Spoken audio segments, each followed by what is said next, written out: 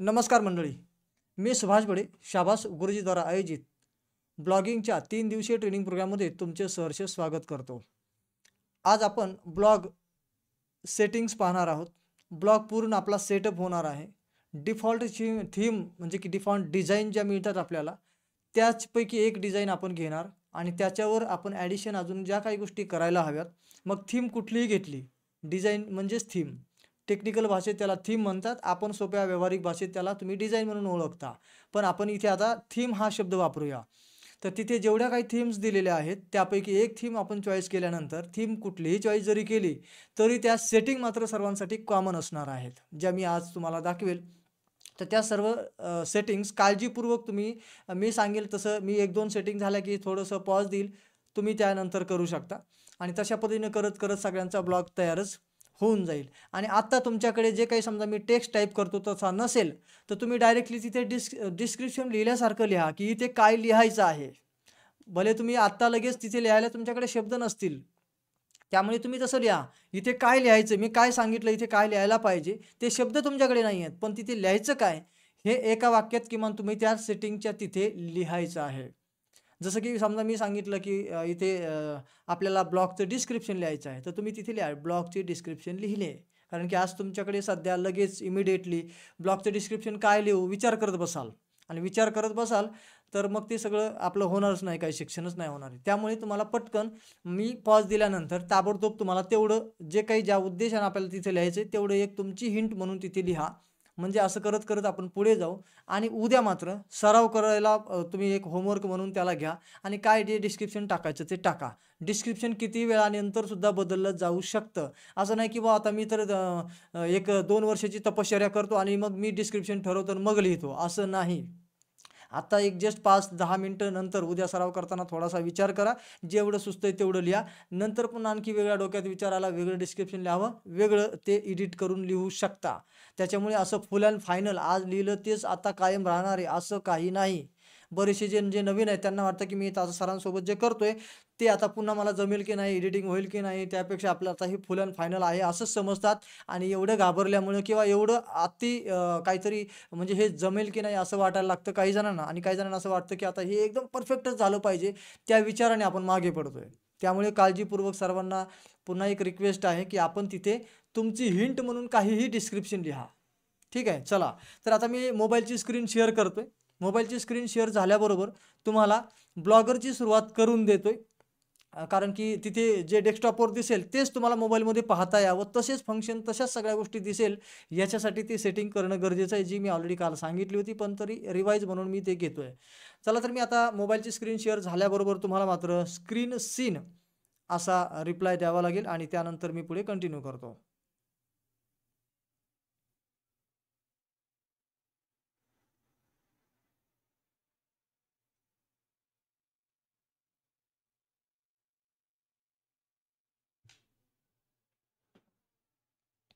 Okay, तर Google Chrome browser जो आहे ना, तो तुमचा अपडेट असणं आवश्यक असणार आहे. तर तुमची मग सगळी जी प्रक्रिया आहे माझ्यासोबत ती अगदी योग्य तऱ्हेने चालेल. ओके, तर आत्ताच्या आत्ता अपडेट जर कोणाचा आला असेल, तर ते थोड्या वेळात तुम्ही करून घेऊच शकता. पण अगोदर सेटिंग पहा आणि सेटिंग पाहिल्यानंतर तशी सेटिंग तुम्हाला करूनच पुढे माझ्यासारखं डेस्कटॉपवर जे मला फंक्शन वापरता येतील, ते तुम्हाला दिसतील आणि त्याप्रमाणे तुम्ही मोबाईलवरही करू शकता. फक्त एवढंच आहे की ते थोडंसं एका स्क्रीनवर सगळे फंक्शन तुम्हाला एकदम बारीक दिसत असतात म्हणून तुम्हाला झूम इन आउट वगैरे थोड्या वेळ म्हणजे तुमच्या गरजेनुसार करावं लागेल. चला, तर आता स्क्रीन शेअर झाली असेल तर डबल एस असा थोडक्यात रिप्लाय तुम्हाला द्यायचा आहे. जेणेकरून मला कळेल की तुम्हाला स्क्रीन दिसत आहे.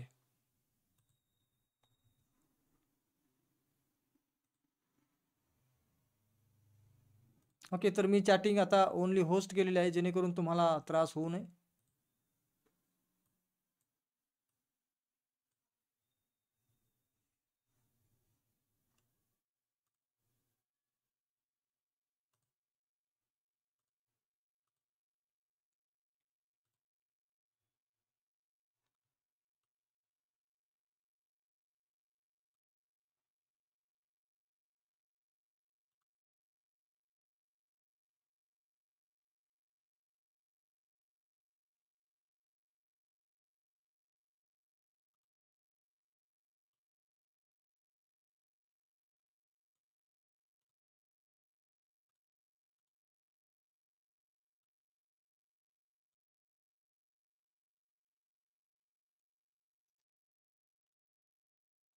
ओके, तर तुमच्या चॅटिंग मला दिसत आहेत, सर्व गोष्टी ओके आहेत आणि स्क्रीन सीनचा रिप्लायसुद्धा मिळाला आहे. तर मी कंटिन्यू करतो. गुगल क्रोम जसं आपण ओपन केला तसं आपण वरच्या कोपऱ्यात 3 डॉटला क्लिक करायचं आहे. आता ते मला ॲरोने पण दाखवावं लागेल. जस्ट मी त्यासाठी ॲरो सुरू करतो, म्हणजे ॲनोटेशन.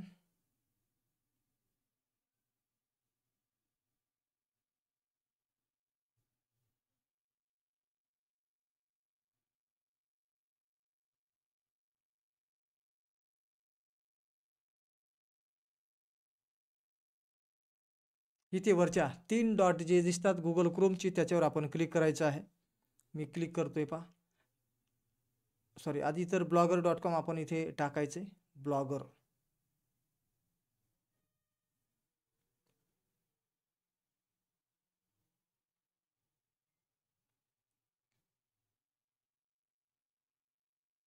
ओके, तर blogger.com. पण त्याच्या अगोदर आपला गुगल क्रोम जो आहे ना, तो कुठल्या ईमेल आय डीने लॉग इन आहे ते पण पाहणं आवश्यक आहे. ते थोडंसं एकदा बॅक घेतो.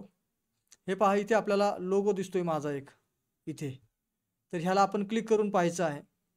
आपला ईमेल आय डी सध्या इथे कुठला दिसतोय आणि त्यावरून आपल्याला लक्षात येतं की आपला ईमेल आय डी इथे लॉग इन कुठला आहे आणि आपण त्याच्यावर सध्या ब्लॉग क्रिएट करतोय हे तुमच्या लक्षात येईल. ठीक आहे, तर हे आपल्याला आधी इथे ईमेल आय डी ज्याच्यावर ब्लॉग क्रिएट करायचा आहे तो इथे ईमेल आय डी असला पाहिजे, किंवा इथे जो आहे त्याच्यावर आपला ब्लॉग क्रिएट होतो एवढं समजणं गरजेचं आहे. तुम्ही काय करता, बऱ्याच वेळेला इथे ईमेल आय डी वेगळाच तुम्ही ब्लॉग क्रिएट करून घेता आणि नंतर वाटतं की ह्या ईमेल आय डीवर तो दिसायला पाहिजे, तो कसं काय दिसत नाही. तर तसं नाही आहे. तर तो ज्या ईमेल आय डीने तुम्ही गुगल क्रोम वापरला तिथे log in blogger account open करताना, तोच त्याच्यावरच तुम्हाला त्याचा कंट्रोल मिळू शकतो. तर जो काही ईमेल आय डी तिथे आहे त्याच्यानंतर आपल्याला इथे करायचं आहे 3 डॉटला क्लिक. मी इथे blogger.comला आधी ओपन करतो.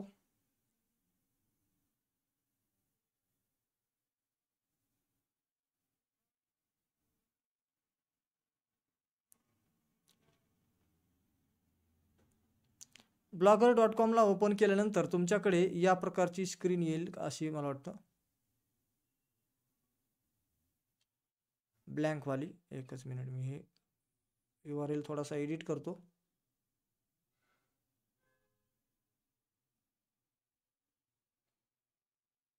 ओके, तर या प्रकारची स्क्रीन येईल तुमच्याकडे blogger.com एकदा ओपन झाल्यावर. तर अशी स्क्रीन मोबाईलवाले जे कोणी प्रॅक्टिस करणार आहेत त्यांनी इथपर्यंत पोहोचावं, म्हणजे मी डेस्कटॉपची स्क्रीन शेअर करून पुढील ज्या गोष्टी दाखवेल ते तुम्हाला समजायला सोपं जाईल. आणि वरती इथे बघा, ह्या तिथे 3 आडव्या रेषा आहेत. तर तिथे थोडंसं झूम करून आपण त्याच्यावर क्लिक करून पाहूया. हे पहा, आणि हे सारे जे मेनू आहेत ना ते आता तुम्हाला डेस्कटॉपवर मी दाखवणार आणि त्या मेनूला क्लिक करून आपण पुढील प्रॅक्टिस करणार आहोत. ठीक, तर हे सगळे मेनू कुठे गेले, माझ्याकडे कसे दिसत नाही, ते असं तुम्ही पुन्हा म्हणाल, म्हणून मी अगोदरच तुम्हाला या सगळ्या गोष्टी सांगितलेल्या आहेत.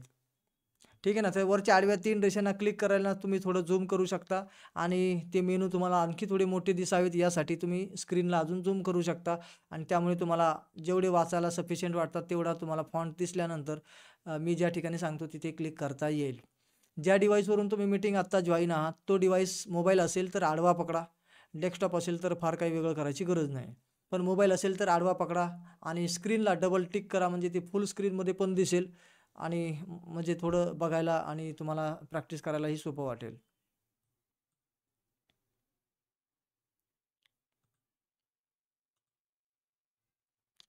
ठीक, चला तर मी पुढे आता डेस्कटॉपची स्क्रीन शेअर करतो आणि ह्याच मेनूला ओपन करतो आणि कंटिन्यू करतो.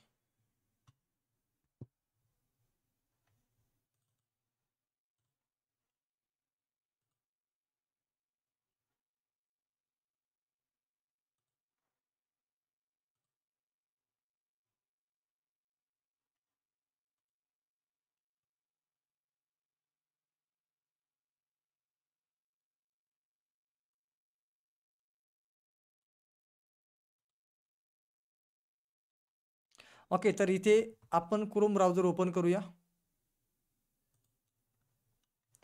इथे क्रोम ब्राउझरवरती मी सध्या हे सगळे टॅब बंद करतो. ओके, तर या ठिकाणी नवीन टॅब इथे गुगल क्रोमचा मी सध्या घेतला आहे आणि गुगल क्रोम जसा मी सुभाष बडे 113 ईमेल आय डीने मोबाईलवरती आत्ता दाखवला तसा माझा डेस्कटॉपवरती पण हा ईमेल आय डी इथे लॉग इन आहे. तुम्हाला कुठला हवा तो ठेवा. 2-4 ईमेल आय डी तुमचे असतील त्यापैकी योग्य तो इथे लॉग इन आहे का ते आधी पहा आणि मग या 9 डॉटला क्लिक करा आणि मग इथे ब्लॉगर आहे बघा, ब्लॉगरला आपण क्लिक करणार आहोत. आता मी क्लिक केलं आहे. क्लिक केल्यानंतर या प्रकारची स्क्रीन आपल्या समोर ओपन झालेली आहे आणि इकडे सारे मेनू जे मी आत्ता तुम्हाला मोबाईलमध्ये सुद्धा दाखवले. ठीक, तर या प्रकारे हे जे आडव्या 3 रेषा आहेत त्याला मोबाईलमध्ये क्लिक करून हे मेनू दिसतील. थोडंसं झूम इन आउटचा त्रास मात्र तुम्हाला घ्यावा लागेल. आता इकडे ज्यांनी काल ब्लॉग ऑलरेडी तयार केला आहे, ज्यांनी ब्लॉग ऑलरेडी काल तयार केला आहे त्यांची प्रोसेस इथे सुरुवातीला जस्ट एक क्लिक वेगळी असेल आणि ज्यांनी काहीच केलं नाही, आत्ता जस्ट पहिल्यांदाच ब्लॉगर ओपन केला आहे, त्यांच्यासाठी प्रोसेस एक क्लिक नंतरची जी असेल ती तुम्हाला दिसेल समोरासमोर. आता मी काल जो तयार केलेला ब्लॉग आहे हा ट्रेनिंग डेमो असं त्याचं नाव आहे. मी त्याला क्लिक करतो. पहा, तुमचा जुना ब्लॉग असेल त्याला आत्ता छेडछाड करू नका ट्रेनिंगमध्ये. फक्त आपण या ठिकाणी मी काय केलं, आता हा ट्रेनिंग डेमोला सिलेक्ट केलं आहे. म्हणजे हे जे मेनू आहेत हे मेनू सगळ्यांसाठी सेमच आहेत, परंतु ट्रेनिंग डेमो जर इथे सिलेक्ट आहे तर मी ह्या सेटिंग किंवा या मेनूमधून जे काही बदल करेल ते या ट्रेनिंग डेमो नावाच्या ब्लॉगवरतीच काम करतील. ते इतर दुसरा जो मेनू आहे टेस्ट ब्लॉग किंवा शाबास गुरुजी याच्यावर काही इफेक्ट होणार नाही, लक्षात घ्या. म्हणजे की या सेटिंग जरी सगळ्यांसारख्या एकच असल्या तरी देखील इथे वरती ब्लॉग कुठला सेट केला आहे आपण त्याच्यावर त्याचे इफेक्ट होतील. त्यामुळे ज्यांनी काल ब्लॉग तयार केला आहे आणि अगोदरचाही एखादा त्याच्यात ॲड असेल तर तुम्ही हे लक्षात घ्या की यापैकी योग्य तो आधी चॉईस करा. आणि आत्ता सध्या ट्रेनिंग करत असताना तुम्ही डायरेक्टली जो तुमचा फायनलवाला ब्लॉग आहे तो याच्यात मध्ये सेटिंगसाठी घेऊ नका. असा एक वेगळा घ्या जो तुम्हाला खेळायला ठेवायचा आहे तरी चालेल. ठीक आहे ना. आणि नंतर मग याप्रमाणे तुम्ही तुमचा फायनल ब्लॉग जो असेल त्याच्यावर तुम्ही सावकाश रीतीने नंतर व्यवस्थित डिस्क्रिप्शन आणि या सगळ्या गोष्टी टाकून सेटिंग करू शकता. आणि तसंही जे काही तुम्ही फायनलवाला जरी निवडला माझ्यासोबत आत्ता तरी काही अडचण येणार नाही, कारण की तुम्ही जे काही करणार ते पुन्हा तुम्हाला डिलीट करून किंवा ते एडिट करता येणारच आहे. त्यामुळे नवीनच तयार केला पाहिजे असं काही कंपल्सरी नाही. पण जर तुम्हाला वाटत असेल किंवा माझा जुना आहे ऑलरेडी थोडासा बरा आहे, उगीच तिथे माझ्याकडून काही चुकीने काही झालं तर पुन्हा मलाच प्रॉब्लेम होईल असं काही वाटत असेल तर मग एक वेगळा नवीन तयार करू शकता. अन्यथा तसे काही फार अडचण येणार नाही बाकीचे. चला, तर आता मी इथे डेमो ट्रेनिंग डेमो नावाचं इथे क्लिक केलंय बघा आणि इथे त्याचं नाव दिसतंय. आता मग या पुढच्या सेटिंगकडे आपण जाऊया. ठीक, तर आता या ठिकाणी पहा, पहिली आपण आता हा जो ब्लॉग आहे तो दिसतो कसा, तर त्या ठिकाणी आपल्याला खाली बघा व्ह्यू ब्लॉग असं दिसतंय. काय दिसतंय? View blog. तर व्ह्यू ब्लॉग या ठिकाणी आपल्याला क्लिक करायचे आहे. सगळ्यांनी लक्षात घ्या. आता इथे काहीच नाही आहे तरी पण व्ह्यू ब्लॉगला आपण क्लिक करा आणि इथे एक नवीन टॅब ओपन होईल. हे पहा, नवीन टॅब ऑटोमॅटिक ओपन झाला आणि त्याच्यामध्ये हा जो ब्लॉग आहे जो मी आत्ता तयार केला तो दिसतो कसा आत्ता सध्या, तर ती याप्रमाणे दिसतोय, असा दिसतोय. खाली गेलं तर खाली अजून काही नाहीच आहे, कारण की आपण पोस्ट वगैरे काहीच ॲड नाही केलेलं आहे.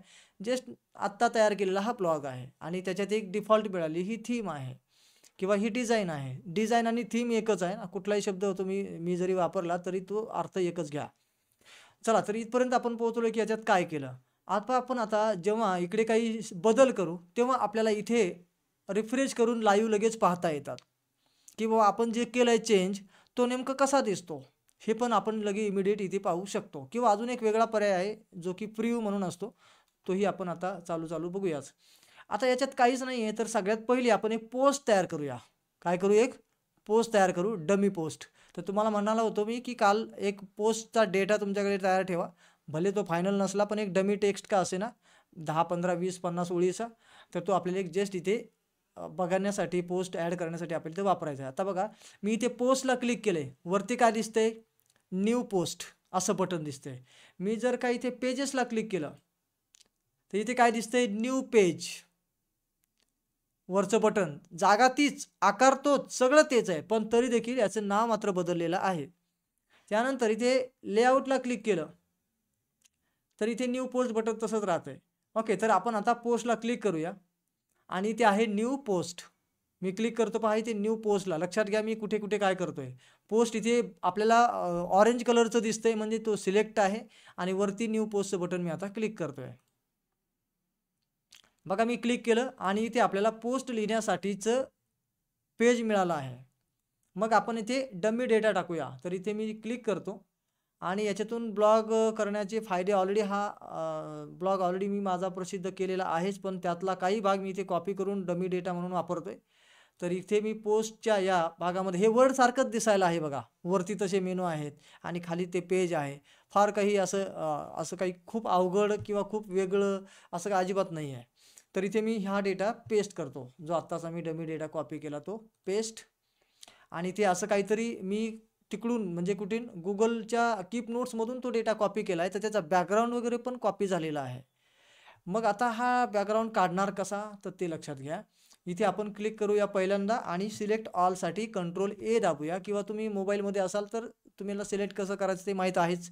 म्हणजे 2 सेकंद होल्ड केलं एखाद्या शब्दांवर की मग तुम्ही ड्रॅग करून पूर्ण हे सिलेक्ट करू शकता. केल्यानंतर पुढे आपल्याला इकडे एक ऑप्शन दिसायला पाहिजे. इथे असेल कदाचित मोरमध्ये आणि इथे बघा क्लिअर फॉर्मॅटिंग याला आपण क्लिक करणार आहोत. बघा पुन्हा लक्षात घ्या, कारण की तुम्ही पण मी सांगितल्याप्रमाणे Google कीप वापराल आणि तिकडचा डेटा कॉपी कराल, इथे टाकाल, तर हे सगळा ब्लॅक जो काही टेक्स्टला बॅकग्राऊंड येतोय तर तो पंचायत होऊ शकते तुमची की बाबा आता हा कसा काढणार कसा. तर त्यामुळे इथे आपण पूर्ण असं सिलेक्ट करून घ्यायचं आहे जेवढा तुमचा कॉन्टेंट आहे तेवढा.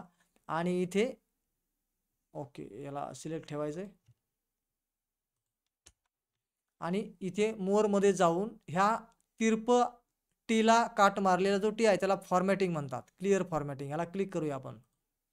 तर आता बघा सगळं त्याचा जो बॅकग्राऊंड होता काय जी फॉर्मॅटिंग त्याला मिळालेली होती ती निघून गेलेली आहे आणि या प्रकारे आपल्याला पूर्ण एक टेक्स्ट साधारणसा दिसायला लागला. याच्यात थोडंसं आपल्याला फॉर्मॅटिंग करण्यासाठी फॉर्मॅटिंग म्हणजे काय थोडा त्याचा बोल्ड इटॅलिक वगैरे ह्या गोष्टी असतात ना याला फॉर्मॅटिंग म्हणतात. तर याचं फॉर्मॅटिंग आपल्याला समजा करायचं आहे तर कसं करणार तर मग आपण या ठिकाणी पहिले जे आहे ना याला आपण हेडलाईन म्हणून ठरवायचं आहे. तर मग मी याला क्लिक केलं. मग या ठिकाणी बघा नॉर्मल आहे ना इथे क्लिक करायचं आहे आणि इथे बघा हे नॉर्मल पॅराग्राफ मायनर हेडिंग सब हेडिंग वगैरे वगैरे. तर आपल्याला मेजर हेडिंग समजा वापरायची म्हणून तर मी इथे क्लिक करतो. तर एवढी मोठी हेडिंग आहे. तर मेजर हेडिंग या पद्धतीने येईल आणि सब हेडिंग अजून खाली घेऊ शकतो, पण मेजर ही जास्तच मोठी वाटायला लागली म्हणून आपण थोडंसं हेडिंगमध्ये जाऊया. जरासं बरं वाटते हे. ओके या प्रकारे आपण हे असं काहीतरी केलं आणि मग बाकी तर सोपं आहेच. जस्ट मी ट्रायल म्हणून तुम्हाला दाखवतो. हे बोल्ड इटॅलिक वगैरे काही करण्याची आवश्यकता नाहीच आहे, पण जर तुम्हाला वाटतं की करावं तर करू शकता. तर या ठिकाणी पहा इथे आहे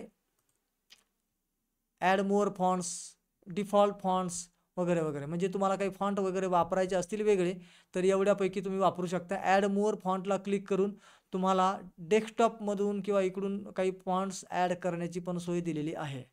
ठीक आहे जर तुम्हाला वापरायचे असतील तर.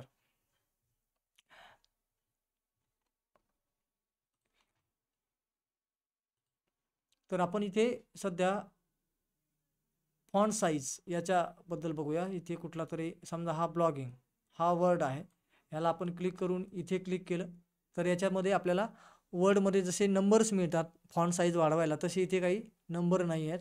इथे काही लिमिटेड ऑप्शन मिळतात जसं की स्मॉल नॉर्मल मीडियम वगैरे. तर आपण इथे समजा मीडियम करूया. तर हा टेक्स्ट जरा लहान दिसत होता तो मोठा झाला आहे कारण की इंग्लिश टेक्स्ट मराठीच्या साईजमध्ये थोडा लहान वाटतो. तर या प्रकारे आता थोडासा मीडियममध्ये घेतलाय तर तो मराठी फॉन्ट एवढा बरोबरीला आल्यासारखा दिसतोय. अशा प्रकारे आपण इथून फॉर्मॅटिंग चेंज करू शकतो.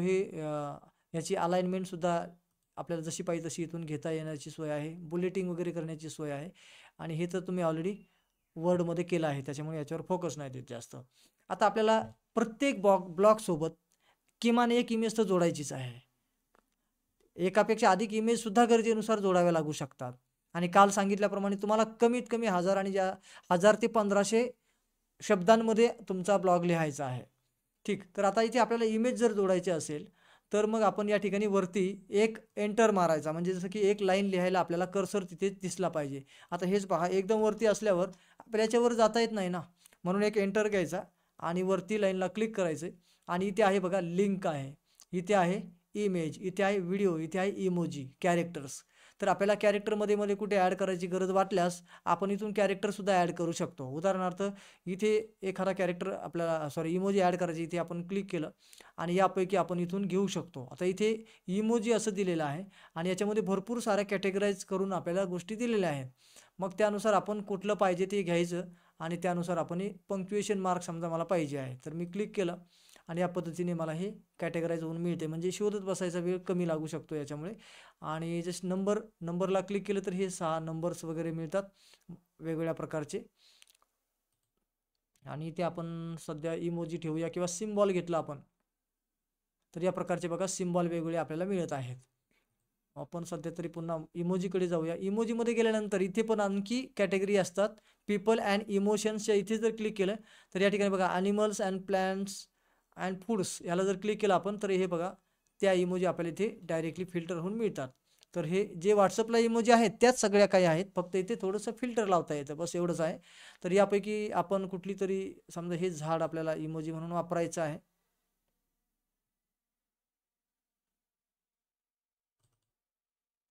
इथे तुम्ही असं ड्रॉइंग जर केलं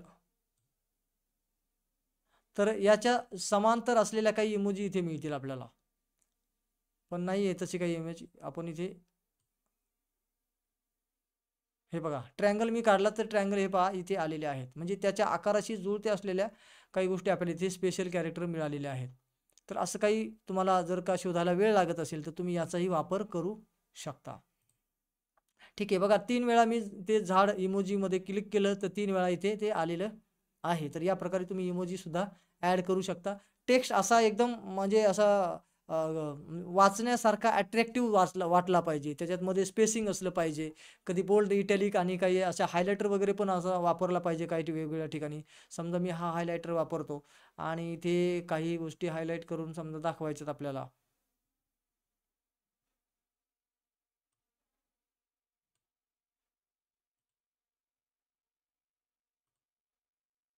हे पहा या पद्धतीने असं काही करू शकता, जेणेकरून इतरांपेक्षा थोडंसं वेगळं म्हणण्यापेक्षा व्ह्यूअरला कसं ते वाचनीय वाटेल, एकदम असं वाचायला इंटरेस्ट येईल आणि तो इथे थांबेल आणि तो हे सगळं करून पाहिल. आता इतरांच्या ब्लॉगमध्ये तुम्ही पाहिलं असेल तर असं काही फार फॉर्मॅटिंग वगैरे केलेलं नसतं. धर उचल फेक आणि आपल्याला फक्त मेसेज फॉरवर्ड करण्यातली आपली म्हणजे एकदम मेहनत आपण करतो. पण तिथे आल्यानंतर वाचक तिथे थांबेल का, वारंवार येईल का, आल्यानंतर तो इथे टिकून राहील का, या गोष्टीचा पण विचार करायला हवा.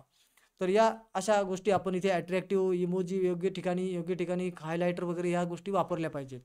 ठीक आहे, आपल्याला ते काही ठिकाणी कधी लिंक वापराव्या लागतात. तर लिंक वापरायची असेल तर खालील लिंकला क्लिक करून अधिक माहिती पहा.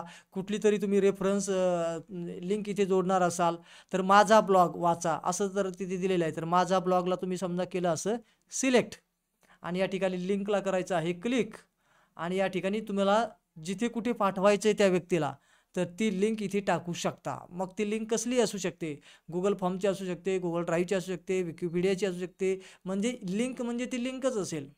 मग ती व्हिडिओची असेल, इमेजची असेल, काही का असेना, पण लिंक इथे तुम्ही ती इन्सर्ट केली. उदाहरणार्थ इथे मी करतो, इथे लिंक आपण या ब्लॉगची कॉपी करू आणि इथे टाकू आणि याचं हे URL जो आहे ना थोडासा इथून चेंज करतो, कारण की माझा दुसरा ब्लॉग जो आहे ना त्याची लिंक मला इथे टाकायची. शाबास गुरुजी आणि इथे बघा open this link in a new tab. हे काय भानगड आहे, तर याला जर का चेक केलं आणि जर कोणी या माझा ब्लॉग खाली वाचा इथे जर का क्लिक केलं तर ही जी लिंक ओपन होणार आहे ही दुसऱ्या टॅब म्हणजे इथे एक नवीन टॅब ओपन होईल, त्याच्यात होईल. तो मोबाईलमध्ये वापरत असाल तरी पण नवीन टॅब ओपन होईल, त्याच्यात ओपन होईल. तर आपल्याला नवीन टॅबमध्ये ओपन करायचं आहे त्याला की आहे तिथेच ओपन करायला लावायचं आहे, या दोन गोष्टी इथून ठरवल्या जातात. तुम्हाला वाटतं की नवीन त्याने म्हणजे नवीन टॅबमध्ये ओपन ना होऊ जागेवरच त्याला तिथे ओपन व्हावं, तर तुम्ही इथे क्लिक करू शकता आणि या ठिकाणी ऑटोमॅटिक इथे जागेवर ओपन होईल. पण समजा मी इथे काहीच करत नाही आणि अप्लाय करतो आणि बाजूला क्लिक करतो, पहा हे बघा अक्षर निळं झालेलं आहे, म्हणजे हे क्लिकेबल झालं. हे पहा आता हे प्रिव्ह्यूला गेल्यानंतर ते क्लिकेबल दिसेल. सध्या आपण एडिटिंग मोडमध्ये आहोत त्यामुळे सध्या माऊस कर्सर तिथे चेंज होत नाही आहे. पण हे निळं का झालंय, तर निळं काही मी इथून कलर वगैरे दिलेला नाहीये, त्याला लिंक जोडली असल्यामुळे ते तसं क्लिकेबल झाल्यामुळे ते लिंक असल्यामुळे त्याच्यात निळं दिसत आहे. तर तुम्ही बऱ्याच वेळा ईमेल आलेले असतील किंवा तुम्ही एखाद्याचा ब्लॉग वाचत असाल त्याच्यामध्ये असे निळे अक्षरे दिसतात. विकिपीडियाला जा तुम्ही, तिथे पण निळे अक्षरे तुम्हाला मध्ये दिसतात. त्याचं कारण की त्याच्या आतमध्ये एक लिंक इन्सर्ट केलेली आहे आणि अधिक माहिती तिथे क्लिक केली की आपल्याला पाहायला तिकडे दुसऱ्या एका लिंकवरती जाता येतं. तर तसाच प्रकार आपल्याला इथे करण्यासाठीचा लिंक हा ऑप्शन वापरायचा आहे. तर या प्रकारे आपण लिंक याच्यात इन्सर्ट करू शकणार आहोत. आणि त्यानंतर इथे कलर टेक्स्टला सुद्धा आपण कधी कधी कलर योग्य ठिकाणी एखादा शब्द चांगला दाखवायचा असेल तर तुम्ही कलर करू शकता.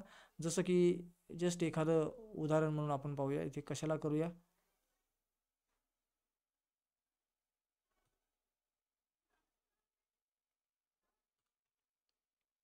इथे आपण अंडरलाईन करूया. अंडरलाईन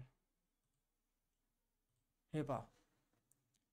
तर असा काही भाग जिथे तुम्हाला लोकांना पहिलं त्याच्यात कॅच करायला, पहिलं अट्रॅक्शन तिथे घ्यायचं आहे. कारण काय होतं की कोणी पण ब्लॉगवरती जेव्हा येतो आणि जेव्हा 1000-1500 शब्दांचा ब्लॉग पाहतो, ज्या अपेक्षेने तो आलेला असतो, तो काय करतो, पहिल्या लाईनपासून शेवटच्या लाईनपर्यंत वाचत नाही बसत. तुम्ही तुमचं पण पहा. कोणाच्याही तुम्ही साईटवर जेव्हा जाता, तेव्हा वरून खाली पहिले असं पळत जाता. थोडं-थोडं काहीतरी मधलं-मधलं बघत जाता. तर ते मधलं-मधलं बघत गेल्यानंतर काही हायलाइट पॉइंट जे असतात, ते तुम्हाला जर काही योग्य वाटले, तर तुम्ही पहिल्यापासून वाचण्याचा इंटरेस्ट दाखवता किंवा आपण वाचण्याचा इंटरेस्ट दाखवतो आणि मग आपण मधले काही पॅराग्राफ वाचतो आणि मधल्या काही पॅराग्राफमध्ये थोडी लिंक लागली की मग आपण पहिल्यापासून वाचण्याचा प्रयत्न करतो. सेम तसं इथे आपल्याला मध्ये-मध्ये काही पॉइंट्स आपण जे की अतिशय महत्त्वाचे आहेत, या ब्लॉगवरती तो होल्ड होऊ शकेल व्ह्यूवर, त्यासाठी आपल्याला अशा काही गोष्टी थोड्या फॉर्मॅटिंगने हायलाइट करता आल्या किंवा आपण त्या केल्या, तर त्याच्यामुळे व्ह्यूवर काय करतो, आल्या-आल्या पहिलं खालीवर पळताना तेवढेच पॉइंट वाचतो आणि त्याच्यानंतर त्याला वाटलं की हे रिलायबल माहिती आहे, जी मला हवी होती ती आहे, तर आपण इथे अजून थोडं डिटेल वाचूया. तर त्यामुळे तो होल्ड होतो. असं काहीच नसेल तर तो भर्रभर खालीवर दोनदा पळवतो आणि बाहेर निघून जातो. तर असं काहीतरी होतं. त्याच्यामुळे आपल्याला अशा काही गोष्टी कराव्या लागतात आणि केल्याच पाहिजेत. त्यासोबत मध्ये-मध्ये काही इमेजेस आपल्याला टाकावे लागतील. तर तिथले एक इमेज मी इथे करून दाखवतो. तर सुरुवातीला हेडर इमेज तर पाहिजेच पाहिजे. एक इमेज आपल्याला कंपल्सरी. तर ती जोडायची कशी पहा. इथे आहे इमेज लिंकच्या शेजारी. लिंकला क्लिक केलं आणि इथे upload from computer, Google photos, blogger आणि बाय URL. तर गुगल ड्राईव्हचा URL असेल किंवा कुठला तरी URL असेल इमेजची, तुमची डायरेक्टली URLद्वारे पण तुम्ही इमेज जोडू शकता. तर कसं जोडायचं ते पण दाखवतो. आता मी फ्रॉम कम्प्युटरला जर क्लिक केलं इथे, तर आपण डायरेक्टली कम्प्युटरमध्ये जातो आणि विशिष्ट फोल्डरमध्ये इथे बघा चूज फाईल, इथे आपण क्लिक करूया आणि इथे जस्ट एक डमी इमेज मी घेतो आपण ट्रायल करण्यासाठी.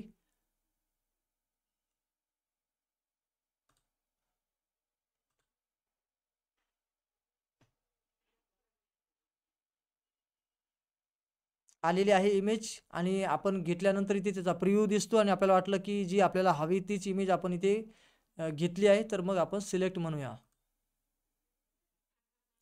इथे इमेज आलेली आहे ऑलरेडी. बाजूला क्लिक करून पहा आणि हिच्यावर पुन्हा क्लिक केल्यास, इथे क्लिक केल्यास आपल्याला इमेज स्मॉल, मीडियम, लार्ज आणि एक्स्ट्रा लार्ज कशा पद्धतीने पाहिजे आहे. ओरिजिनलला समजा मी क्लिक केलं तर पहा काय होईल. ती इमेज एवढी मोठी आहे. ठीक आहे ना. तर एवढी मोठी इमेज जरा चांगली नाही वाटणार, म्हणून आपण पुन्हा इथे क्लिक करूया आणि इथे लार्ज करून पाहूया. तर ठीक आहे, एवढी इमेज एक्स्ट्रा लार्ज या पद्धतीने. तर असं काहीतरी आपण हे इमेज जोडण्यासाठी त्याची साईज थोडीशी लहान मोठी केली. तुम्हाला असे कोपरे पकडून लहान मोठी करण्याची सोय येते. असं जर केलं तरी सुद्धा करता येते. ठीक आहे ना. तर याही पद्धतीने तुम्ही इमेजचं साईज थोडी कमी जास्त करू शकता. हे केल्यानंतर याला सिलेक्ट करा आणि इथून हिला अलाइनमेंट सेंटर, लेफ्ट वगैरे पाहिजे तसं करू शकता. वरची जी इमेज आहे सगळ्यात सुरुवातीला जी जोडतो आपण, ती शक्यतो सेंटर अलाइनच ठेवा. बाकीची मधली इमेज शेवटी ती योग्य तऱ्हेने ती तुम्हाला कधी-कधी राईट अलाइनमेंट करून जोडावी लागू शकते, कधी सेंटरला किंवा कधी तुमच्या म्हणण्यानुसार. आणि या ठिकाणी ह्या गोष्टी पण महत्त्वाच्या आहेत. जसं की हे इंडेंट, हे लिहिताना पुढे किंवा इमेज ॲड करताना ह्या गोष्टी लागतात. तर आता इथे आपण एक इमेज ॲड केली. तिचं सेंटर इथे असं तिचं अलाइनमेंट घेतलेली आहे. मध्ये कुठे काही इमेजेस तुम्हाला हव्या असतील तर मध्ये पुन्हा एकदा कर्सरला तुम्ही ॲड करू शकता. आता हा ब्लॉक खूप छोटा आहे, म्हणजे इतक्या दाट इमेज घेतल्या नाही पाहिजेत, परंतु एक उदाहरण म्हणून आपण मध्ये कुठेतरी घेऊया. आणि मी इथे क्लिक करतो आणि इथे करूया आपण बाय URL. ठीक आहे. गुगल फोटोमधून पण तुम्हाला इमेज घेता येऊ शकते, पण आपण बाय URLला क्लिक करूया. आता URLला इथे जर काही इमेज आपल्याला दाखवायची आहे आणि आपण समजूया की आपली इमेज कुठे आहे. आपली इमेज डायरेक्टली गुगलवर आहे, समजा कोणाच तरी वेबसाईटवरची. आपण काय करूया, इथे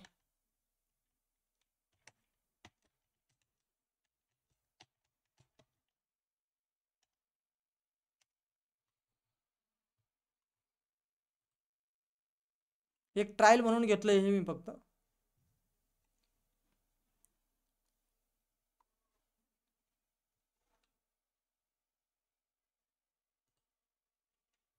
आता ही जी इमेज आहे याला राईट क्लिक केलं आणि इथे म्हणायचं कॉपी लिंक ॲड्रेस.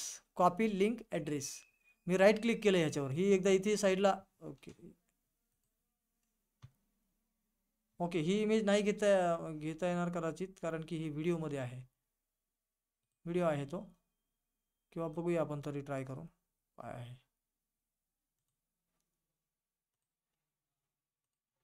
किती मी पेस्ट करतो. हे पहा इथे URL लगेच काय म्हणतो, एरर दाखवतोय. इथे एरर दाखवलाय म्हणजे हे होणार नाही. आपण दुसरी इमेज घेऊया किंवा आपण डायरेक्टली गुगल ड्राईव्हचाच वापर करूया. शक्यतो ह्याचा करणारच नाही आपण, त्यामुळे इकडे नको वेस्ट करायला टाईम. आपण गुगल ड्राईव्हवरती जाऊ.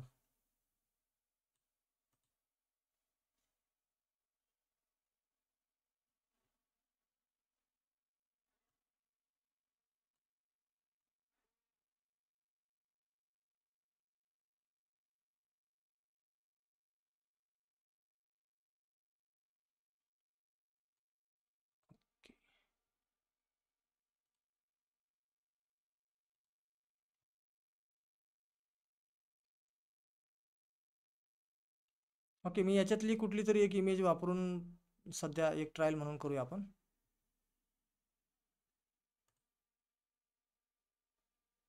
Copy link. ओके, लिंकला मी कॉपी केले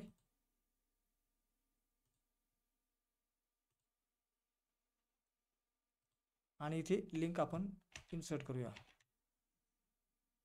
हे पहा इमेज इथे दिसत आहे आणि सिलेक्ट.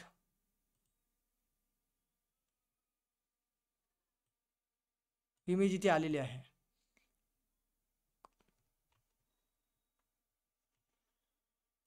तर अशा प्रकारे आपण इमेज URLच्या द्वारे पण ॲड करू शकतो, हेही तुम्हाला कळलं असेलच. आणि या प्रकारे आपण 1500च्या शब्दांच्या ब्लॉगमध्ये 2 इमेजेस तरी करू शकता. स्क्रीनशॉट वगैरे असेल रिलेटेड काही माहितीचा तो ॲड करू शकता. म्हणजे अशा पद्धतीने. तर ही तर एकदम ब्लॉगच्या टायटलसाठी असलेली इमेज असते, परंतु मध्ये मध्ये ज्या इमेज टाकल्या जातात त्या एकदम तिथे काहीतरी रिलेटेड असतात म्हणून टाकल्या जातात. तर अशा प्रकारे आपला आता इथे ब्लॉग तयार आहे असं आपल्याला आता समजायचं आहे. इथे आपला काय झाला, एक ब्लॉग तयार झाला. मग आपण काय करणार आता, इथे एक नाव देणार. तर इथे नाव आपण हेच द्यायचे जे टायटल आहे ते.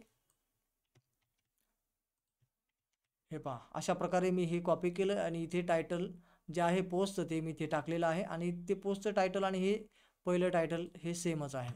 आणि आता आपण इथे प्रिव्ह्यू पण बघू शकतो पब्लिश करायच्या अगोदर, किंवा इथेच आपण क्लिक केलं तर हिला आपण प्रिव्ह्यू इथून पण करता येतं. नुसती सेव्ह करून ठेवायची, पब्लिश आत्ता नाही करायची, पण सेव्ह करून ठेवायची तर करू शकता.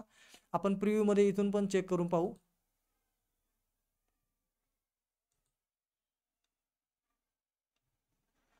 हे बघा इथे प्रिव्ह्यू असं दिलेलं आहे आणि इथे या प्रकारे ती पोस्ट आलेली आहे.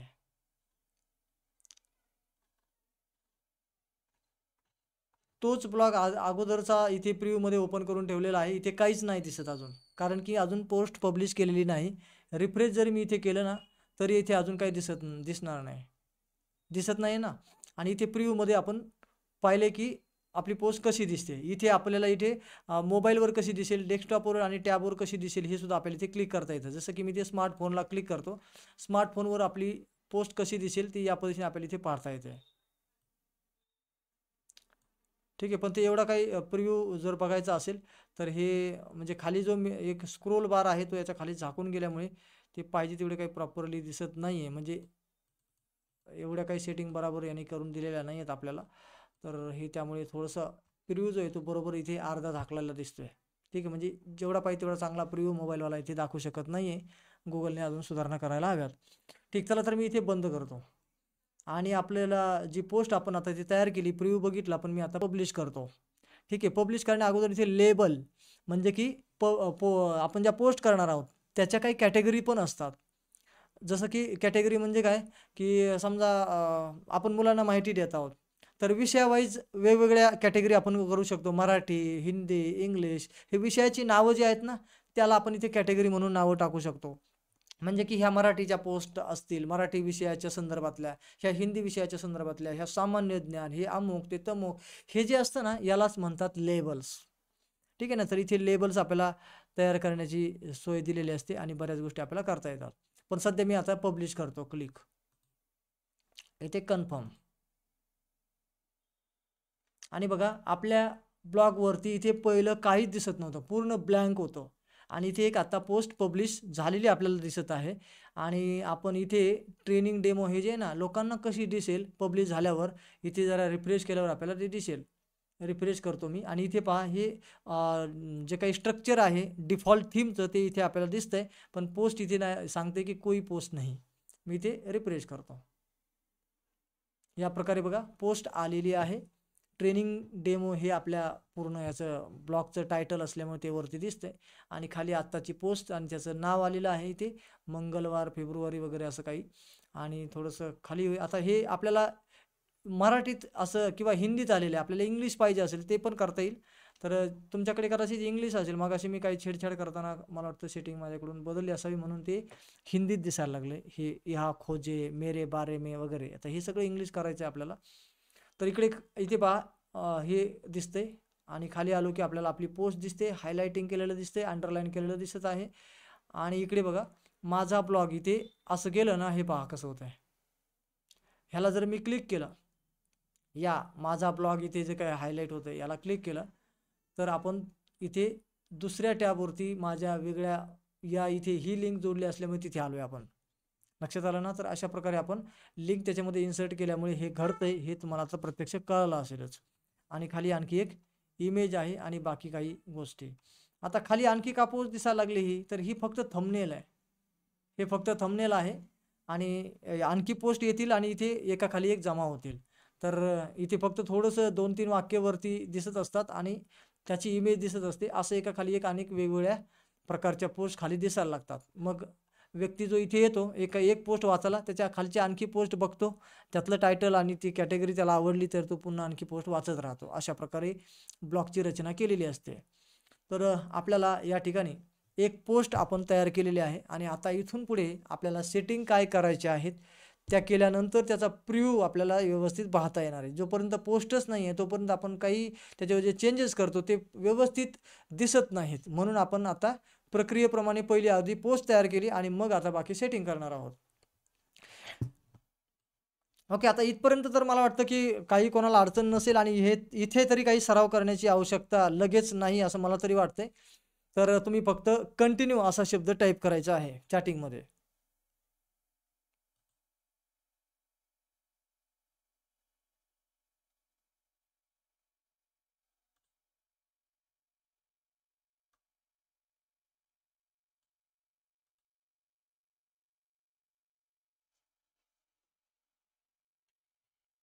ओके. तर पोस्ट सर्वांना जमणारच आहे. फक्त पोस्टमध्ये काय आपण करायला पाहिजे गोष्टी त्या मी सांगितल्या. इमेज ॲड करायला सांगितली, फॉर्मॅटिंग करायला सांगितलं, हायलाईट वगैरे वगैरे.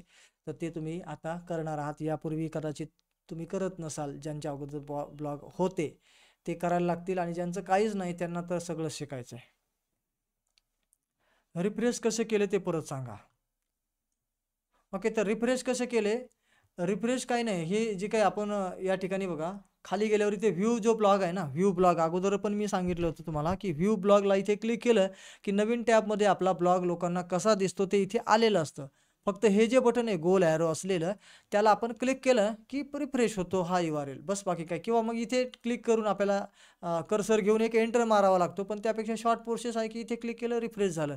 मोबाईलवरती रिफ्रेश कसं होईल, फक्त वरून खाली एक बोट ओढलं एक सर्कल तिथे फिरल्यासारखा होईल आणि पोस्ट रिफ्रेश होईल, म्हणजे ते पेज रिफ्रेश होईल.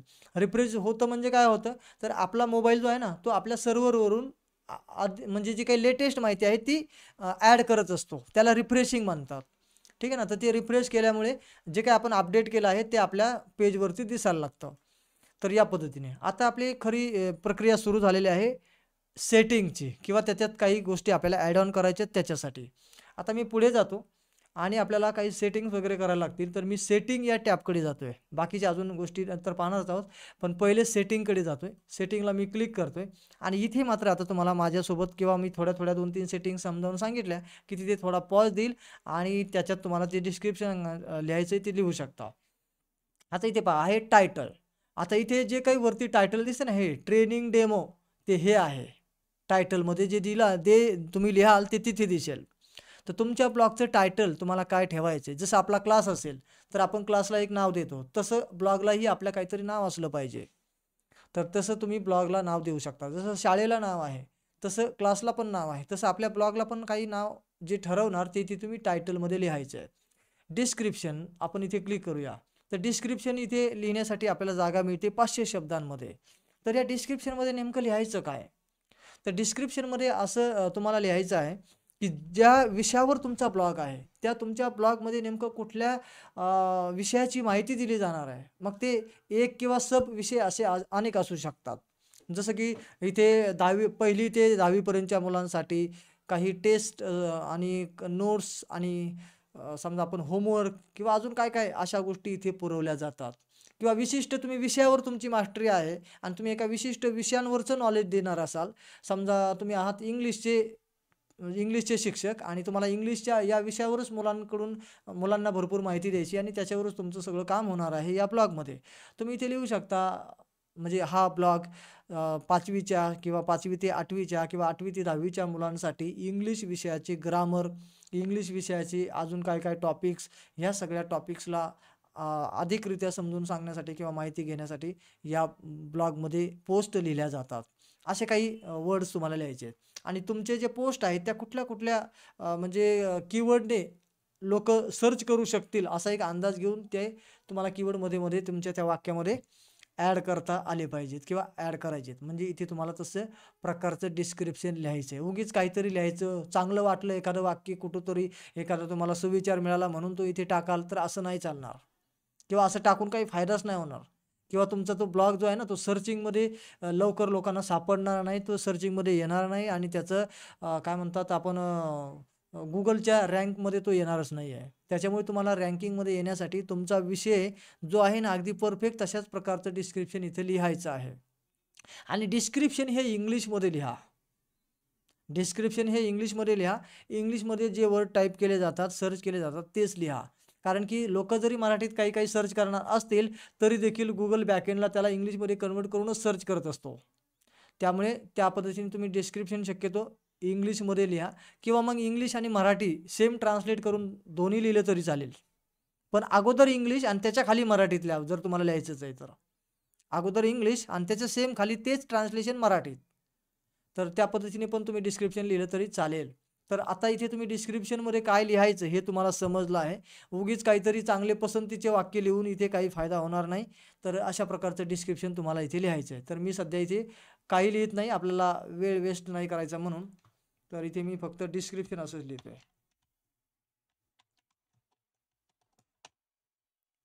आणि डिस्क्रिप्शन हे 500 शब्दांपर्यंत लिहिण्याची सोय दिलेली आहे. याचा अर्थ तुम्हाला फक्त 2 शब्दात एका वाक्यात नाही लिहायचं आहे. डिस्क्रिप्शनमध्ये जरा 2, 4, 5 वाक्यपेक्षा अधिक आले तर ते बरं होईल. कारण की जेणेकरून तुम्हाला म्हणजे तो ब्लॉग जो आहे ना, तो रँकिंगमध्ये जायला फायदा होतो. रँकिंगमध्ये काही एकाच टॉपिकने किंवा एकाच फक्त डिस्क्रिप्शनचाच उपयोग होतो असं नाही. अनेक गोष्टी आहेत त्याच्यात पुढे-पुढे आपण गेल्यावर समजेलच तुम्हाला, की रँकिंगमध्ये येण्यासाठी काही फक्त एक तर डिस्क्रिप्शन काम करत नाही. पण अशा असंख्य गोष्टी मिळून आपली रँकिंग तयार होते. तर चला तर मग डिस्क्रिप्शन तुम्हाला कसं लिहायचं आहे, काय लिहायचं आहे ते समजलं असेल, तर मी 1 मिनिट तुम्हाला वेळ देतोय आणि तिथे मी जे बोललोय काय लिहावं लागेल त्याची हिंट म्हणून तुम्हाला एखादं वाक्य काय लिहायचं ते लिहून घ्या आणि सेव्ह करा. मी इथे सेव्ह करतो. म्हणजे तुम्ही असं लिहू शकता, डिस्क्रिप्शन म्हणजे आपल्या ब्लॉग नेमकं कुठल्या विषयावर आहे त्याची व्यवस्थित माहिती देणारी वाक्य.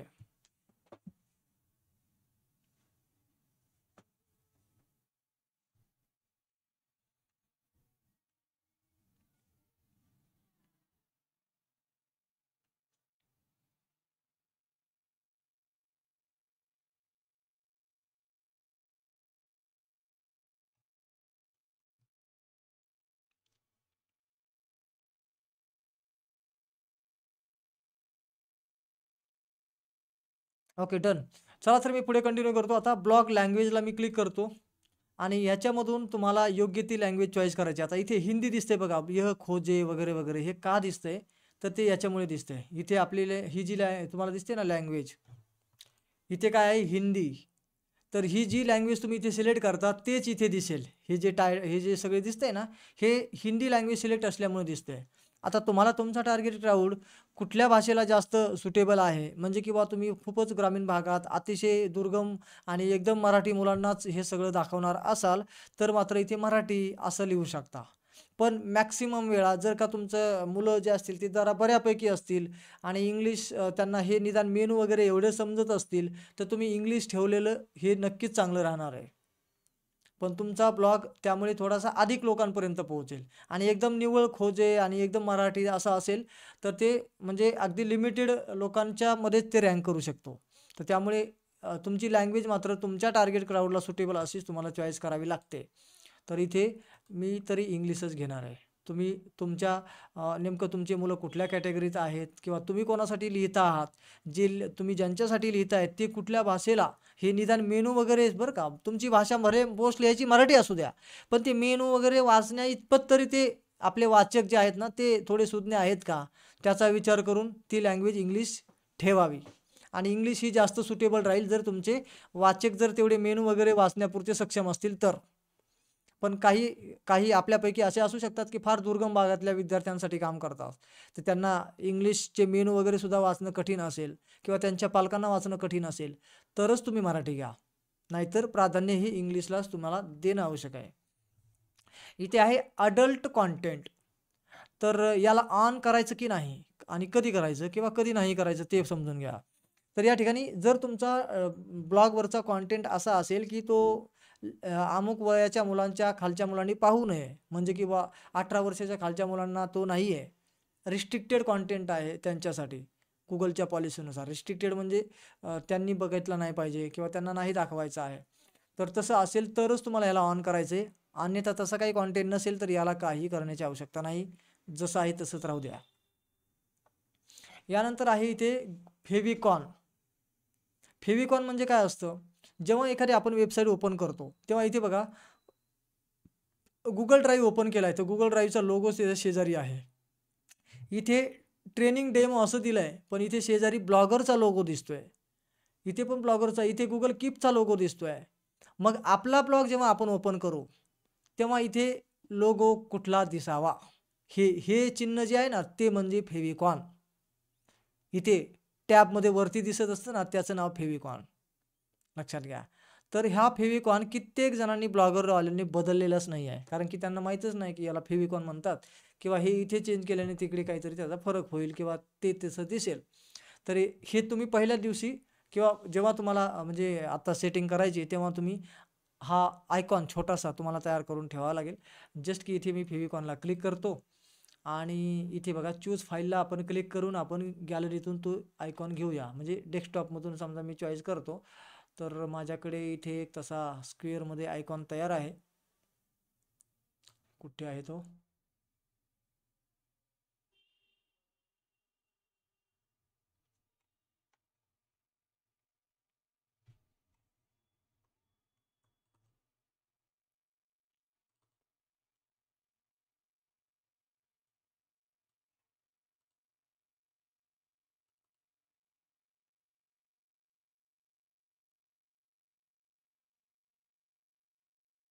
हे पहा, हा आयकॉन समजा मला वापरायचा आहे आणि मी करतो ओपन.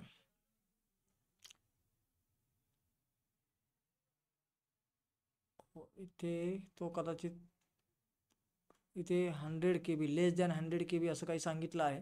बघूया आपण इन्सर्ट करून काय होतं ते. आणि आता इथे पहा, ट्रेनिंग डेमो जे आहे ना त्या शेजारी ब्लॉगरचा आयकॉन दिसतोय. हा जर परफेक्टली बसला तर काय होईल ते पहा. सेव्ह करतो मी. नाही घेतलं त्याने.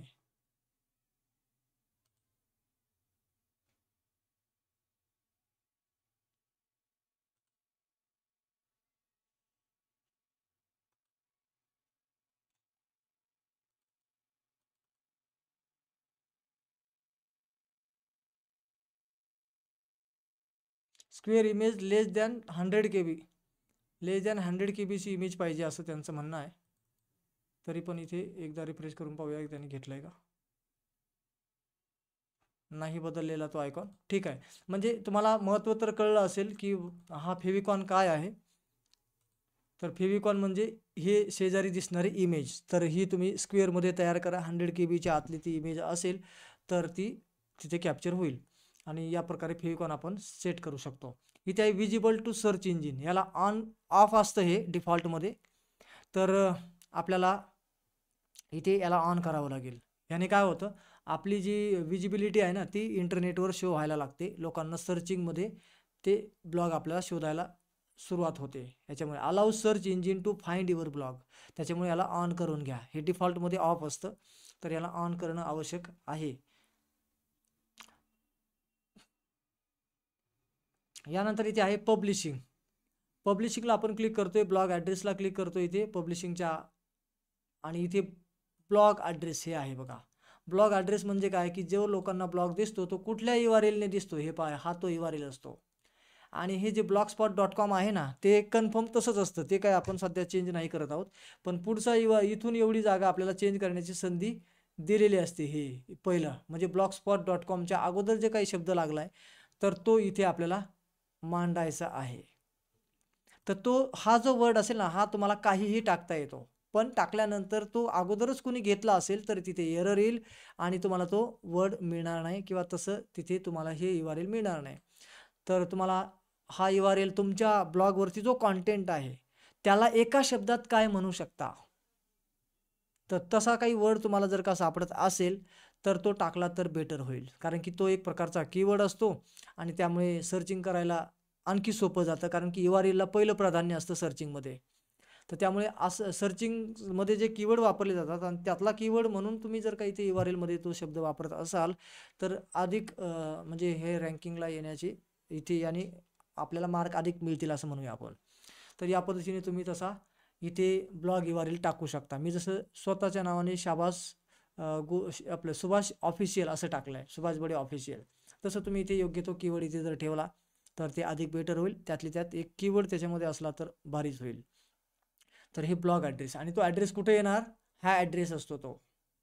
ठीक आहे, पण याची पण काळजी घ्या की हा खूपच लांबट होऊ नये आणि जरासा वाचनीय असावा. ब्लॉगस्पॉट ठीक आहे ते जाऊ द्या, पण पुढचा शब्द तरी किमान वाचनीय असावा. तर असं तुम्हाला इथे म्हणजे हे टाकायचं आहे आणि त्यानंतर सेव्ह बटन दाबायचं आहे. मग तुमचा लगेच अशा प्रकारचा URL इथे तयार होत असतो किंवा हा URL म्हणजेच तो इथे टाकलेला शब्द.